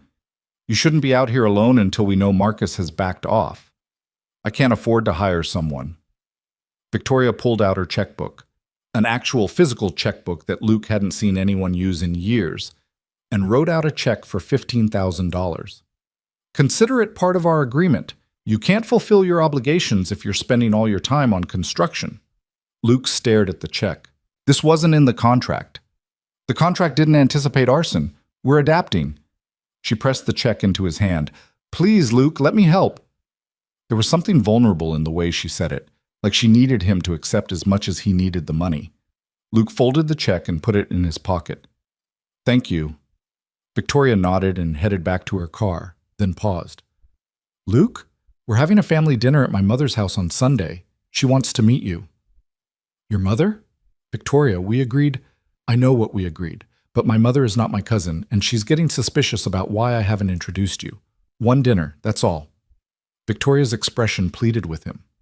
She's not well, heart problems. If she thinks something's wrong with my marriage, the stress could... She stopped. Just please, one dinner. Luke thought about Emma, about the lies already told and the ones yet to come. Does she know about the arrangement? No, and she can't. My mother loved my father. If she knew I'd manipulated his will, it would break her heart. Victoria looked away. I've already lied to enough people. I'd like to keep her out of it if possible. What about Emma? Bring her. My mother would expect to meet her granddaughter. We've been keeping Emma separate from this. That was the whole point. I know. But Marcus is watching everything we do. If I have a husband and stepdaughter that I never see, never integrate into my life, it'll look exactly like what it is. Victoria met his eyes. I'm sorry. I know this is more than you bargained for. But we need to sell this completely, or we don't sell it at all. Luke wanted to argue, to draw another line in the sand and refused to cross it. But Victoria was right. Every separation between their supposed marriage and reality was another crack Marcus could exploit. If they were going to survive the next 6 weeks, they had to commit to the deception fully. One dinner, Luke said finally. But if your mother asks Emma personal questions, I'll handle it. I promise. Victoria drove away, leaving Luke standing in the ruins of his barn with a check in his pocket and a growing sense that he'd lost control of the situation entirely. What had started as a simple transaction, 3 months of pretend marriage for financial security, had metastasized into something far more complicated. He was living in Victoria's house, accepting her money, bringing his daughter to meet her family. The boundaries were dissolving, and Luke wasn't sure how to rebuild them. That evening, Luke picked up Emma from school and drove her back to Victoria's house. Emma had adapted to the temporary move with the resilience of childhood, treating it like an extended sleepover. She'd already claimed her favorite spot on the living room couch and had named the 3 birds that visited the backyard feeder. "Is Miss Victoria coming home for dinner?" Emma asked as they pulled into the driveway. Luke glanced at his daughter in the rearview mirror. "Probably. Why?" "Because I like when we all eat together. It's nice." Something in Luke's chest tightened. You know we're only staying here temporarily, right? Until the barn gets fixed." "I know, but it's still nice." Emma grabbed her backpack. "Can we make spaghetti? Miss Victoria said it's her favorite." When had Victoria told Emma that? Luke followed his daughter inside, trying to remember when the 2 of them had talked without him present. Probably this morning at breakfast, when Luke had been on the phone with the insurance adjuster. Small moments of connection accumulating without his notice. They made spaghetti together, Emma standing on a step stool to stir the sauce while Luke handled the pasta. It was dangerously domestic, this routine they'd fallen into. Dangerous because it felt normal. Because Emma was smiling more than she had in months. Because coming home to a house that wasn't empty had started to feel less like a business arrangement and more like something Luke didn't have a name for. Victoria arrived at 6:30, still in her work clothes but looking exhausted in a way that went beyond physical tiredness. She stopped in the kitchen doorway, taking in the scene. Luke at the stove, Emma setting the table with careful concentration, and something unguarded crossed her face. "Bad day?" Luke asked. "The board meeting was brutal. Marcus is pushing for a full audit of my first quarter as CEO, looking for any excuse to claim mismanagement." Victoria set down her briefcase and loosened her hair from its severe bun. "But I don't want to talk about work. Something smells amazing." "Emma insisted on making your favorite." Victoria's eyes widened slightly as she looked at Emma. "You remembered?" "Of course. You said spaghetti reminds you of your dad." Emma beamed with the pride of a child who'd successfully kept a secret. "I made garlic bread too. Well, Daddy helped." "I mostly supervised," Luke admitted. They ate at the kitchen table, and Luke watched Victoria interact with his daughter with surprising ease. She asked about school, about Emma's favorite subjects, about the science project she'd mentioned earlier that week. Emma answered with the unself-conscious honesty of a 7-year-old, telling Victoria about her best friend Sophie and the boy who'd pushed her on the playground and how much she missed the farm. "I miss our old house too," Emma said through a mouthful of spaghetti. "But this house is nice. It's big." "It is big," Victoria agreed. "Too big for just me, honestly. It's been nice having company." "Do you get lonely, living by yourself?" The question was innocent, but Luke saw it land. Victoria's fork paused halfway to her mouth, and for a second her carefully maintained composure cracked. "Sometimes," Victoria said quietly, "but not as much lately." After dinner, Emma insisted on showing Victoria the drawing she'd made at school, a picture of the 3 of them standing in front of a house. Victoria was wearing a triangle dress, Luke had exaggerated muscles, and Emma stood between them holding both their hands. The sky was full of purple birds and what might have been a rainbow or possibly just enthusiastic scribbling. "This is beautiful," Victoria said, and she sounded like she meant it. "Can I keep it?" "Really?" Emma's face lit up. "Really? I'll put it in my office." Luke watched this exchange and felt something shift in his understanding of Victoria Lane. She wasn't just a CEO protecting her company or a desperate woman willing to pay for a husband. She was someone who'd been lonely in a house too big for one person. Someone who looked at a child's drawing like it was worth more than all the corporate achievements hanging on her office walls. Someone Luke was starting to actually care about. The realization was terrifying. Sunday arrived with the inevitability of a dental appointment. Luke dressed Emma in her nicest dress, the blue one Sarah had bought for Christmas 2 years ago, and put on the suit Victoria had provided for the gala. Emma chattered excitedly about meeting Victoria's mother, treating it like an adventure rather than the minefield it actually was. Victoria picked them up at noon, wearing a cream-colored dress that was elegant but understated. She looked nervous, which Luke had never seen before. Even facing down Marcus at the board meeting, Victoria had maintained perfect composure. but the prospect of introducing her fake husband to her mother had apparently breached her defenses. "My mother's name is Catherine," Victoria said as they drove. "She's traditional, very proper, and she loved my father more than anything. She's been fragile since he died." "What does she know about us?" "That we met through Jennifer, fell in love quickly, and got married because life is short and we didn't want to wait." Victoria glanced in the rearview mirror at Emma. "She'll probably ask you questions about your late wife. My mother believes in true love and soulmates. She'll want to know that you found happiness again. So I should lie about that too. I'm not asking you to lie about your feelings for Sarah, just," Victoria hesitated, "just let her believe that you're capable of finding love again, that I make you happy." "Do you?" The question formed in Luke's mind but didn't make it to his lips, because the answer was becoming uncomfortably complicated. Catherine Lane lived in a sprawling estate on the outskirts of Riverside, the kind of property that had been in wealthy families for generations. The house was all white columns and manicured gardens, beautiful in the way of things that required constant maintenance and money. A nurse answered the door and led them through hallways filled with family portraits and expensive art to a sunroom overlooking the gardens. Catherine Lane sat in a wingback chair, wrapped in a cashmere shawl despite the warm spring afternoon. She was thin and pale, with Victoria's sharp features softened by age and illness. "Victoria, darling." Catherine's face transformed when she saw her daughter. "And this must be Luke. Come here, let me look at you." Luke crossed the room and took Catherine's offered hand, careful not to grip too firmly. Her bones felt fragile beneath papery skin. "Mrs. Lane, it's an honor to meet you." "Catherine, please, we're family now." Her eyes were sharp despite her frailty, taking in every detail. "And this beautiful girl must be Emma."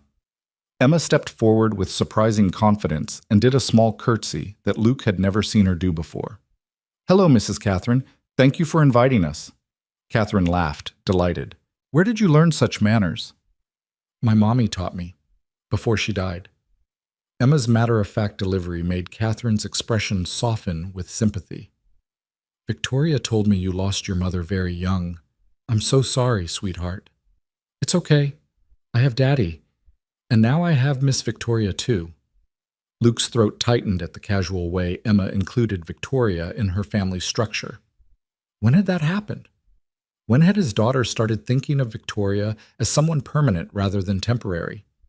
They had lunch on the sunroom terrace, delicate sandwiches and fruit that Catherine barely touched but insisted everyone else enjoy. Catherine asked Luke about farming with genuine interest, about how he'd met Sarah, about raising Emma alone. Luke answered honestly where he could and carefully where he couldn't, walking the tightrope of truth and deception. "You must have been very lonely," Catherine said gently. "After Sarah passed?" "I was. I am." Luke glanced at Victoria, who was watching him with an unreadable expression.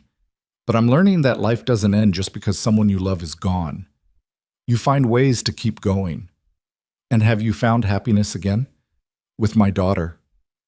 The question hung in the air. This was the moment Victoria had warned him about, the lie that Catherine needed to hear.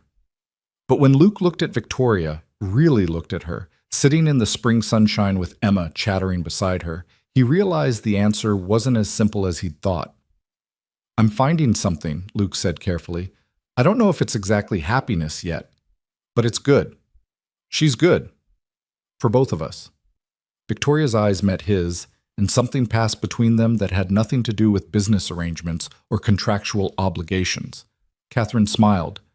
That's all any mother wants to hear, that her daughter has found someone who sees her value. After lunch, Catherine asked to speak with Victoria privately. Luke took Emma to explore the gardens while the nurse supervised from a distance. They found a koi pond and Emma counted fish while Luke tried to process the afternoon's revelations. "I like Mrs. Catherine," Emma announced. "She's nice, like a grandma." "She is nice." "Do you think she's lonely, living in this big house by herself?" "Probably." Luke watched an orange and white koi circle lazily. Sometimes people are lonely even when they have everything they're supposed to want. "Like Miss Victoria?" Luke looked down at his daughter. "What makes you say that?" "She gets sad sometimes. When she thinks nobody's looking." Emma picked up a pebble and threw it gently toward the pond. But she smiles more now, since we've been staying with her. Before Luke could respond, Victoria appeared on the garden path. Her eyes were red-rimmed, like she'd been crying. "Everything okay?" Luke asked. "Fine. My mother just—" Victoria stopped, composing herself. "She's happy for us. She said she was worried I'd never find someone who wanted me for myself rather than my money or my position." A bitter laugh. "If she only knew." "Victoria, we should go. She's tired, and we have the emergency board meeting tomorrow morning." The drive home was quiet, Emma eventually falling asleep in the back seat. Luke watched Victoria's profile as she drove, seeing the tension in her jaw, the tight grip on the steering wheel.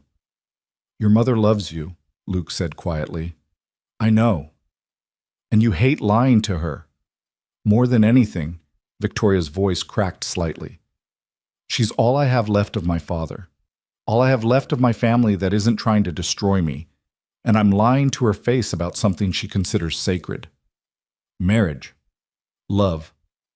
Victoria wiped quickly at her eyes. "My mother believes in love like it's a religion.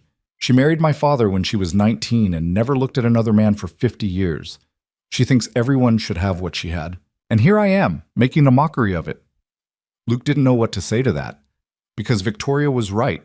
They were making a mockery of marriage, of commitment, of every promise that supposedly came with the ring Luke wore on his finger.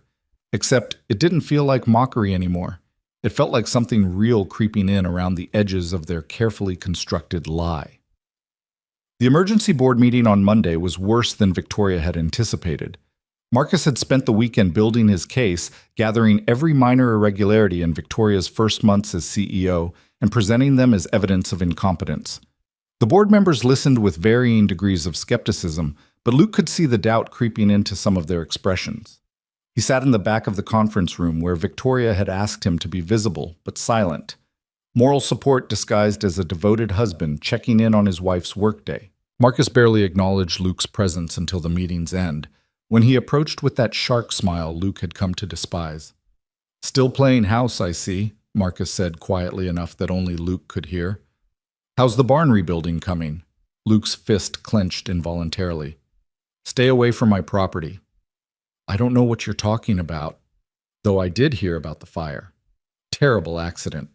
Marcus's smile widened. "Hopefully nothing else goes wrong. Farms can be such dangerous places." "Is that a threat?" "Just expressing concern for your safety and your daughter's." Marcus glanced toward where Victoria was speaking with board members. "You should think carefully about whether this arrangement is worth the risk. $300,000 won't matter much if something happens to that little girl."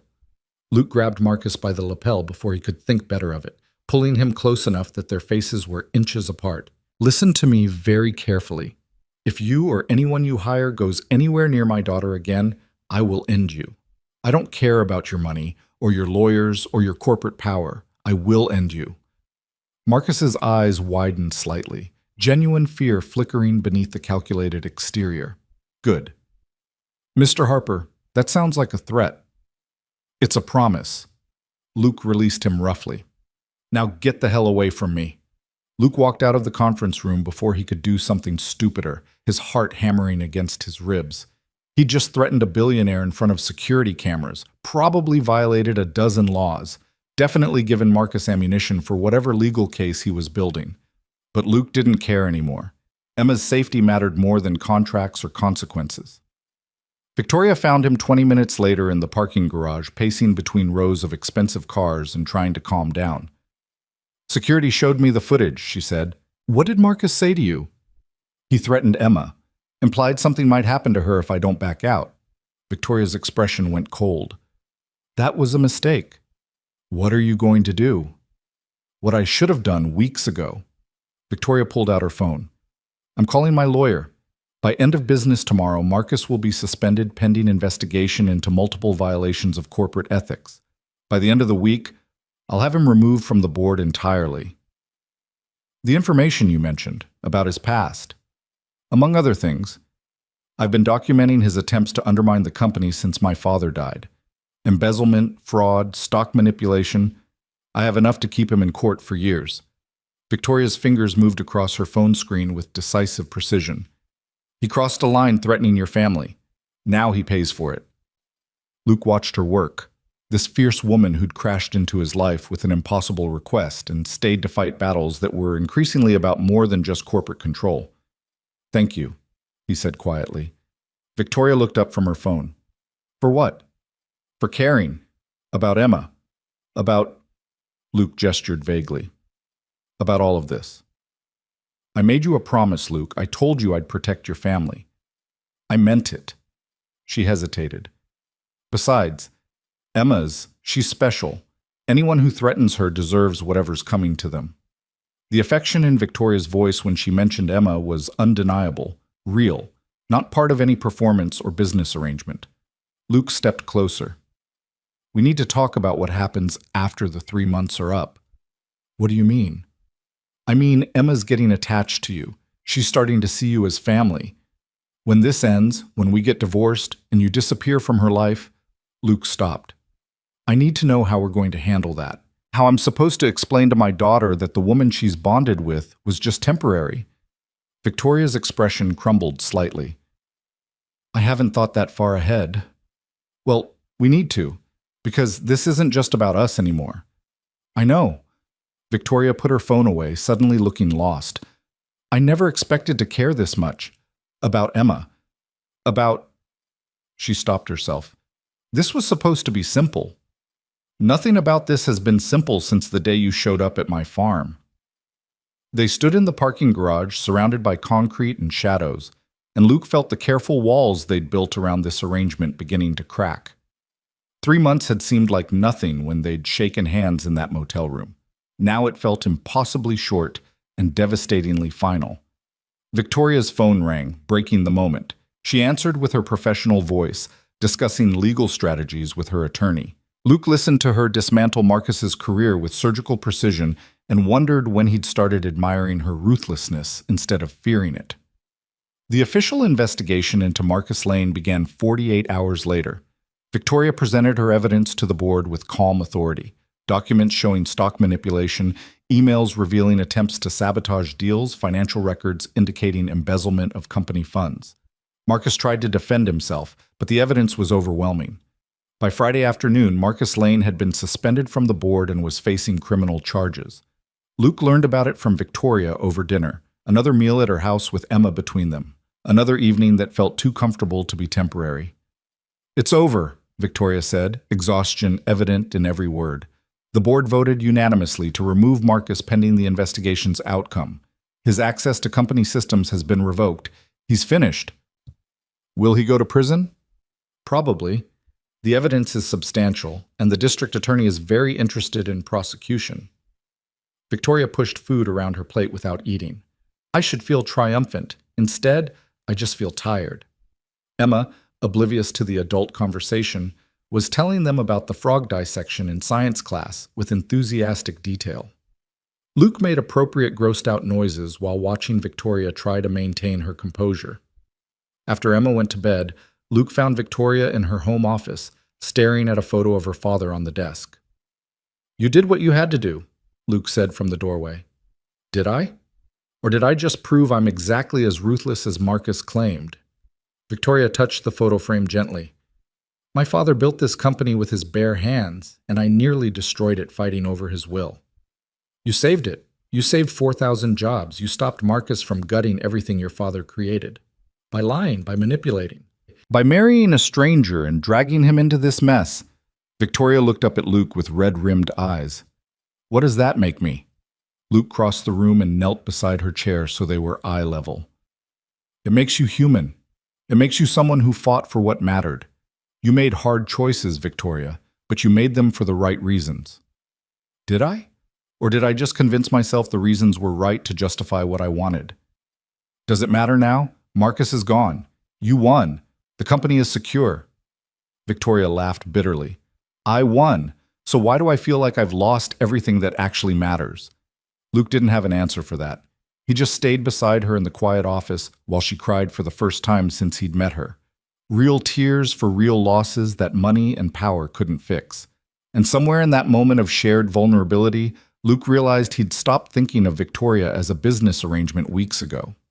She'd become something else entirely. Something he didn't have a name for yet, but knew was going to hurt like hell when the 3 months were up and she walked out of his life forever. The 3-month mark arrived on a Thursday morning in early May, announced by nothing more dramatic than a calendar notification on Luke's phone. He stared at the date while Emma ate cereal at Victoria's kitchen table, chattering about the upcoming school field trip to the Science Museum. 3 months. The contract was complete. Victoria's position as CEO was secure. Marcus was facing criminal charges, and the Lane Technologies Board had moved on to actual business instead of succession drama.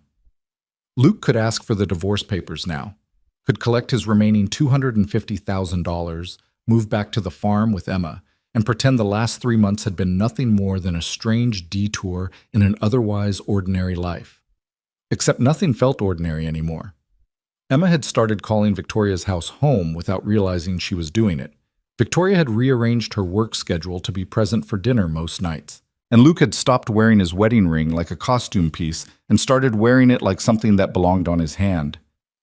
"Daddy, you're being quiet again," Emma observed, milk dripping from her spoon. "Just thinking, baby." About what? About how to untangle a lie that's become the truth, about how to explain to a 7-year-old that the family she's gotten used to was always meant to be temporary, about when exactly he'd fallen in love with Victoria Lane and whether she felt anything remotely similar. "Work stuff," Luke said, the lie automatic now. Victoria appeared in the kitchen doorway, already dressed for the office in a navy suit that made her look untouchable and professional. But Luke had seen her cry in his arms last week after the board meeting where they'd formally removed Marcus. He'd held her while she grieved the family relationship that corruption had destroyed. Untouchable was just another costume she wore. "I have back-to-back meetings until 6, Victoria said, pouring coffee into a travel mug. "But I should be home for dinner." Home. She'd said it too. Like this arrangement had become real through repetition and proximity. Emma hopped down from her chair and hugged Victoria around the waist. "Can we make tacos tonight? Daddy makes really good tacos." Victoria hugged her back with the ease of someone who'd had 3 months to learn how. Tacos sound perfect. Her eyes met Luke's over Emma's head, and something unspoken passed between them. The awareness that their time was supposed to be up, that they should be discussing exit strategies instead of dinner plans. After Victoria left and Luke dropped Emma at school, he drove out to the farm. The new barn stood where the old one had burned, built with insurance money and Victoria's check, and the labor of neighbors who'd helped because that's what people did in rural Nebraska. It was sturdy and functional and completely rebuilt, just like his life should have been. Luke walked through the empty farmhouse, seeing it with fresh eyes after 3 months away. The kitchen where he'd made promises to Sarah's memory, Emma's room with her drawings still on the walls, the bedroom he'd shared with his late wife, now just a space filled with furniture and dust. His phone rang. Margaret Chen's number. "Luke, I need to talk to you about something." Margaret's voice was serious. "Can you stop by?" 20 minutes later, Luke sat in Margaret's kitchen drinking tea he didn't want while she studied him with the perception of someone who'd known him too long to be fooled. "I've kept quiet for 3 months, Margaret said finally. "Watched you running around with this woman, moving Emma into her house, playing family. But I need to know the truth, Luke. Is this real? Or are you doing something that's going to hurt that little girl?" Luke set down his teacup carefully. "What makes you think it's not real?" "Because I knew Sarah. I knew how you loved her, and I watched you grieve for 3 years like a man who thought he'd never love anyone again." Margaret leaned forward. "Then suddenly, you're married to someone I've never heard you mention, someone none of your friends knew existed. It doesn't add up. People can fall in love quickly." "Don't." Margaret's voice was sharp. "Don't lie to me, Luke Harper. I've changed your daughter's diapers and brought you casseroles and listened to you cry about Sarah. I've earned honesty." Luke looked at this woman who'd been more family than friend and made a choice. It started as a business arrangement. Victoria needed a husband to claim her inheritance. I needed money to save the farm. We got married at the courthouse with a 3-month contract and an agreement that Emma would never be involved. Margaret's expression didn't change. And now? Now I don't know what it is. Emma loves Victoria. Victoria loves Emma. And Luke stopped, the truth sticking in his throat. I care about her, more than I should, more than the contract allows. Have you told her that? How can I? The whole foundation of our relationship is a lie. Every moment we've spent together has been part of a performance. How do I suddenly say that somewhere along the way it became real for me? The same way Sarah told you she was pregnant when you were both terrified 20-somethings who had no idea what you were doing. Margaret's voice softened. You be honest. You be brave. You trust that if she feels the same way, she'll meet you there. And if she doesn't? Then you find out before Emma gets hurt worse than she already will be. Margaret reached across the table and gripped Luke's hand. That child has already lost one mother. Don't let her lose another without at least trying to make this real. Luke drove back to Victoria's house with Margaret's words echoing in his head. The truth was that he'd been a coward for weeks now, avoiding the conversation that needed to happen because he was terrified of the answer. Terrified that Victoria would look at him with pity and explain that this was always meant to be temporary, that her feelings were professional courtesy rather than anything deeper. But Emma deserved better than cowardice. And maybe so did Victoria. That evening, after Emma was asleep, Luke found Victoria in the living room with her laptop still working despite the late hour. She looked up when he entered, and something in his expression made her close the computer. What's wrong?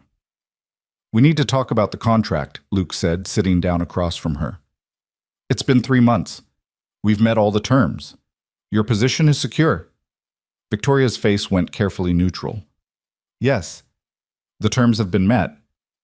So we should probably discuss next steps. The divorce filing, the final payment, how we're going to... Luke stopped. How we're going to explain this to Emma. Right. Emma. Victoria looked away. I've been thinking about that. Maybe we don't have to do it all at once. We could do a gradual separation. Tell her I'm traveling for work more. Slowly phase out my presence so it's less traumatic. Or we could tell her the truth. Victoria's head snapped back toward him. What? Not the whole truth. Not the contract or the money or the deception, but the truth about us. About whether this is something worth keeping. Luke, I don't understand. I love you. The words came out rougher than he'd intended, 3 months of suppressed emotion finally breaking through. I don't know when it happened or how it happened, but somewhere between the courthouse ceremony and burning barns and family dinners, I fell in love with you.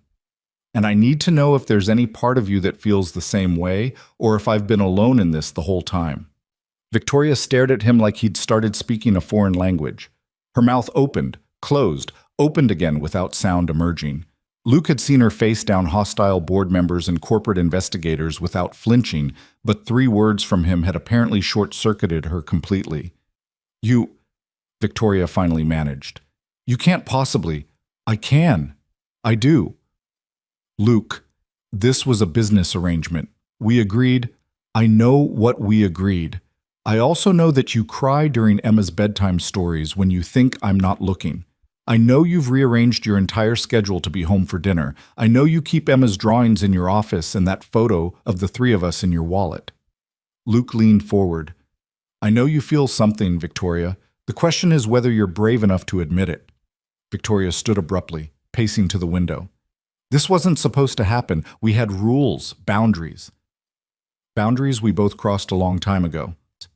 But what if it's not real? What if we've just convinced ourselves we feel something because we've been playing house for 3 months?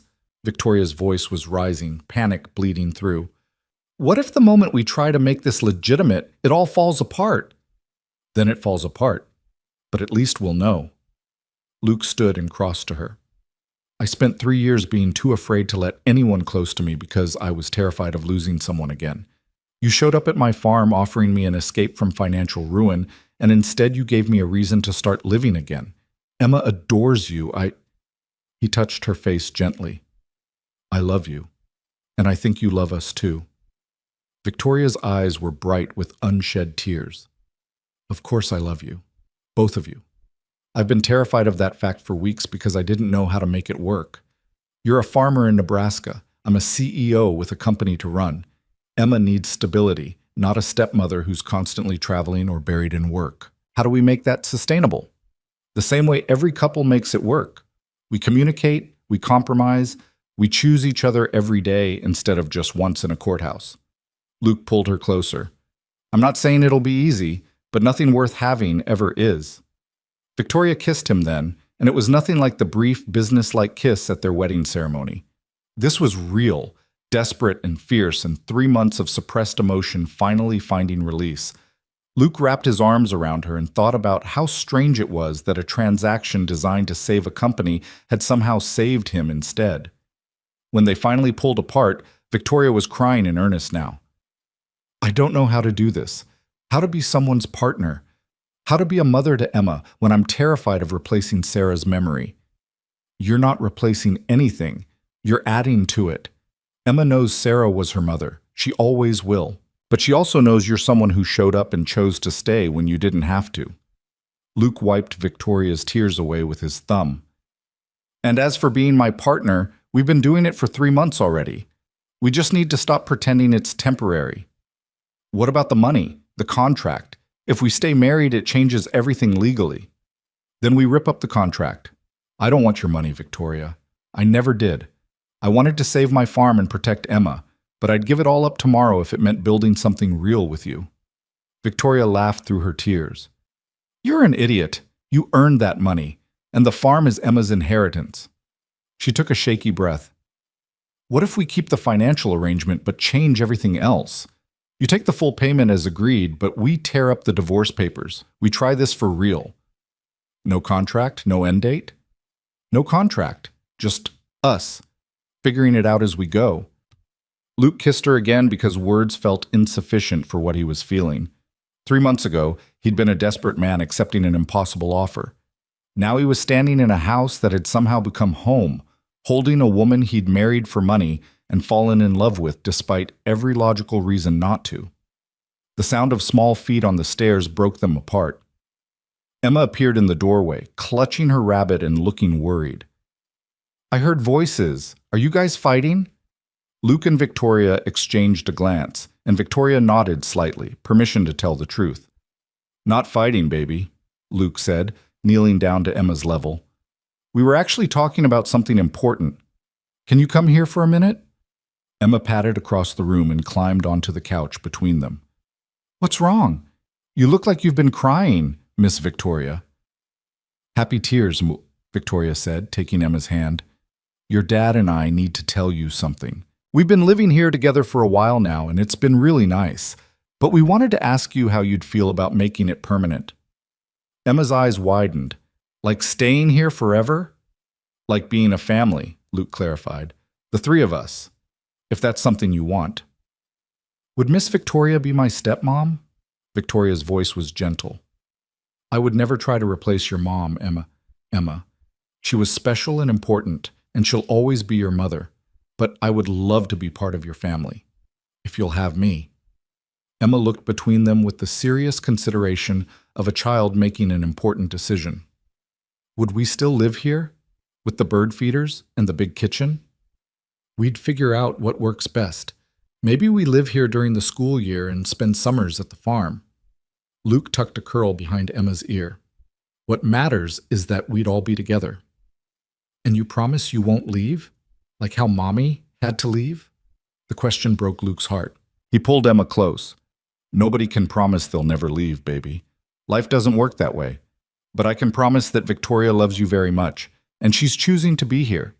That's what matters. Emma turned to Victoria. Do you really want to be my stepmom, even though I'm not always good and sometimes I forget to brush my teeth and I talk too much? Victoria was crying again, but she was smiling too. Especially because of all those things. You're perfect exactly as you are, Emma, and I would be honored to be your stepmom. Emma threw her arms around Victoria's neck. Then yes, I want to be a family. Luke watched his daughter embrace the woman he loved and felt something settle into place that had been off-kilter since Sarah's death. This wasn't the family he'd planned. It wasn't the life he'd imagined. But it was real and messy and beautiful in ways he'd stopped believing were possible. They spent that night together on the couch, all 3 of them, watching Emma's favorite movie and eating popcorn. Emma fell asleep halfway through, sprawled across both of them with her rabbit tucked under one arm. Luke and Victoria sat in comfortable silence, Emma's soft breathing the only sound. "I'm terrified I'm going to mess this up," Victoria whispered. "You won't." "How can you be so sure?" "Because you already love her enough to be terrified of messing it up. That's all that matters." Luke shifted carefully so as not to wake Emma. "We'll figure out the rest as we go." The paperwork took 3 weeks to sort out. The contract was officially dissolved, the divorce filing was canceled, and Luke's final payment of $250,000 was transferred to his account with a notation that read "wedding gift" instead of contractual obligation. Victoria's lawyers handled everything with professional discretion, and the board of Lane Technologies accepted the news that their CEO's marriage would be permanent with polite disinterest. Marcus pleaded guilty to multiple counts of fraud and embezzlement, accepting a plea deal that would keep him in federal prison for 7 years. Catherine Lane weathered the scandal with the grace of someone who'd survived worse losses, and she welcomed Luke and Emma into the family with genuine warmth once she understood the full story. "My husband would have liked you," Catherine told Luke during a visit to the estate. "He valued integrity above all else. What you and Victoria did was unconventional, but it was honest in its own way. You protected each other. That's what family does." Luke and Victoria worked out a compromise for their living situation. They'd keep the house in town for the school year, where Emma could maintain her friendships and Victoria could be close to the office. Summers and weekends would be spent at the farm, which Luke continued to run with the help of hired labor. Emma thrived with the balance: city life during the week, farm life on weekends. Victoria proved to be surprisingly adaptable to farm work when she wanted to be. She learned to drive the tractor, helped with the harvest, and earned the respect of Luke's neighbors through genuine effort rather than money or status. Margaret Chen became one of Victoria's fiercest defenders, telling anyone who'd listen about how wrong she'd been to judge the relationship initially. 6 months after the contract dissolved, Luke and Victoria planned a second wedding. Not a courthouse ceremony with strangers as witnesses, but a real celebration at the farm with everyone who mattered. Emma insisted on being the flower girl and spent weeks planning her dress with Victoria. The two of them huddled over fabric swatches and ribbon samples like co-conspirators. The ceremony took place in the meadow behind the farmhouse, the same meadow where Luke had scattered Sarah's ashes 3 years earlier. He'd worried that might be disrespectful somehow, overlaying new promises on old grief, but Victoria had understood immediately. Sarah was part of your life. She made you who you are. This isn't erasing her. It's honoring everything that brought us to this moment. The late September afternoon was perfect. Warm sun, clear sky, autumn leaves just beginning to turn. Luke stood under an arch of wildflowers Emma had helped arrange and watched Victoria walk toward him in a simple white dress, Emma skipping ahead with her flower basket. This time, when the officiant asked if Luke took Victoria to be his wife, the answer came without hesitation or calculation: "I do." And when Victoria promised to love and honor and cherish, Luke believed every word because he'd watched her earn those promises through actions rather than contracts. They kissed as husband and wife, for the second time legally, but the first time truthfully, and Emma cheered so loudly that the entire gathering laughed. The reception was exactly the kind of event Victoria had probably never attended before. Folding tables on the lawn, potluck dishes, a sound system someone had rigged up in the barn. But she danced with Luke to songs played on a neighbor's guitar, and cut cake with Emma, and laughed until her face hurt. Late in the evening, after most of the guests had gone home, and Emma had fallen asleep on a hay bale, Luke found Victoria standing at the edge of the meadow, looking up at the stars. "Regretting marrying a farmer yet?" he asked, wrapping his arms around her from behind. "Not even a little bit." Victoria leaned back against him. "Though I'm fairly certain I have hay in my hair and possibly in my shoes. Comes with the territory." "I know." She turned in his arms to face him. "I've been thinking about something Sarah's friend Margaret said to me last week. She told me that Sarah would have liked me, that she would have been grateful Emma had someone else to love her." "Margaret's right. Sarah would have liked you." Luke touched Victoria's face gently. "She would have liked how you read bedtime stories with different voices for every character. How you never try to replace her but you show up anyway. How you love Emma without conditions or hesitation. I was so afraid of not being enough, of failing at this whole stepmother thing." "You're not failing. You're exactly what we needed." Luke kissed her forehead. Both of us. They stood together in the darkness, surrounded by the quiet sounds of rural Nebraska, crickets chirping, a distant owl calling, the soft rustle of wind through corn. A year ago, Luke had been barely holding his life together with stubborn determination and not much else. Now he had a wife he loved, a daughter who was thriving, and a future that looked nothing like what he'd planned but everything like what he needed. Victoria's phone buzzed with a late-night email from the office. She glanced at it, then silenced the device completely. "The company can wait until Monday," she said firmly. "Tonight, I'm exactly where I need to be." And Luke realized that was the real measure of their success, not the salvaged company or the saved farm or the money that had made it all possible. It was this moment, this choice. Victoria Lane, who'd built her identity around corporate achievement and familial duty, choosing to silence her phone and stand in a meadow with him instead. They'd both come so far from that desperate morning when a black SUV had rolled up his gravel drive carrying an impossible request. The woman who'd needed a husband by tomorrow had become the partner Luke chose every day. The transaction designed to save a company had saved them both instead. Emma stirred on her hay bale, and Victoria moved to collect her. "Come on, sweet girl. Let's get you to bed." Luke watched his wife carry his daughter toward the farmhouse, their farmhouse, and felt the last piece of guilt about Sarah finally settle. He'd kept his promises. He'd protected Emma. He'd preserved the home Sarah had loved. And somewhere along the way, he'd found a new kind of happiness that honored the past without being imprisoned by it. Inside the house, Victoria tucked Emma into bed while Luke cleaned up the last of the reception dishes. Through the window, he could see string lights still glowing in the darkness, marking the spot where they'd made new promises to replace the old ones. Victoria appeared behind him, wrapping her arms around his waist. "What are you thinking about?" "How a year ago I never would have believed any of this was possible. That I'd fall in love again. That Emma would have a mother who chose her. That something that started as a lie could become the truest thing in my life." "Sometimes the best things come from the most unexpected places," Victoria said. "I showed up at your farm looking for a husband. I found a family instead." Luke turned to face her, this woman who'd been a stranger and a business partner, and finally, impossibly, the love he hadn't been looking for.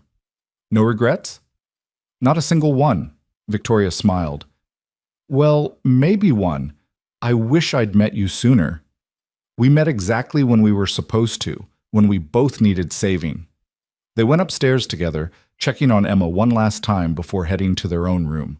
Emma was sprawled across her bed with her rabbit and a smile on her sleeping face, completely secure in the knowledge that tomorrow would bring more of the same.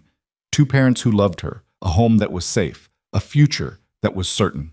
Luke and Victoria stood in the doorway watching her sleep, and Luke felt Victoria's hand slip into his. "Thank you," she whispered. "For what?" "For saying yes. For taking a chance on an insane proposal from a desperate stranger. For giving me this." She gestured at the sleeping child, at the home they'd built, at the life they'd created from nothing more than necessity and hope. Luke squeezed her hand. "Thank you for showing up, for being stubborn enough to drive to a random farm and make an impossible offer, for choosing us." They closed Emma's door quietly and went to their own room, where the window overlooked the meadow and the stars blazed overhead. Luke thought about the promises he'd made to Sarah, to Emma, to himself. He'd kept them all, just not in the way he'd expected. The farm was saved. Emma was thriving. And Luke had learned that life after loss wasn't about replacing what you'd had. It was about being brave enough to build something new from the broken pieces. Victoria fell asleep in his arms, her breathing evening out into the peaceful rhythm of someone who'd found home. Luke stayed awake a little longer, looking at the wedding ring on his finger. The same ring he'd worn for months as a costume, now transformed into something real through choice and commitment. A year ago, Victoria Lane had needed a husband by tomorrow. She'd found Luke Harper, a desperate farmer with nothing to lose and everything to protect. They'd made a deal, signed a contract, and married in a courthouse with strangers as witnesses. Now, a year later, they were husband and wife in every sense that mattered. Partners. Family. Two people who'd started with a transaction and ended with love. The story could have ended a dozen different ways, with betrayal or disaster or the slow dissolution of a relationship built on false foundations. Instead, it ended here, in a farmhouse in Nebraska, with a sleeping child and a wife who'd chosen to stay, with promises that were real because they'd been tested and proven true. Luke closed his eyes and let himself drift towards sleep, secure in the knowledge that tomorrow would bring new challenges and new choices. But whatever came, they'd face it together, this improbable family built from necessity and maintained by love. And that, Luke thought as he finally surrendered to sleep, was more than enough. It was everything.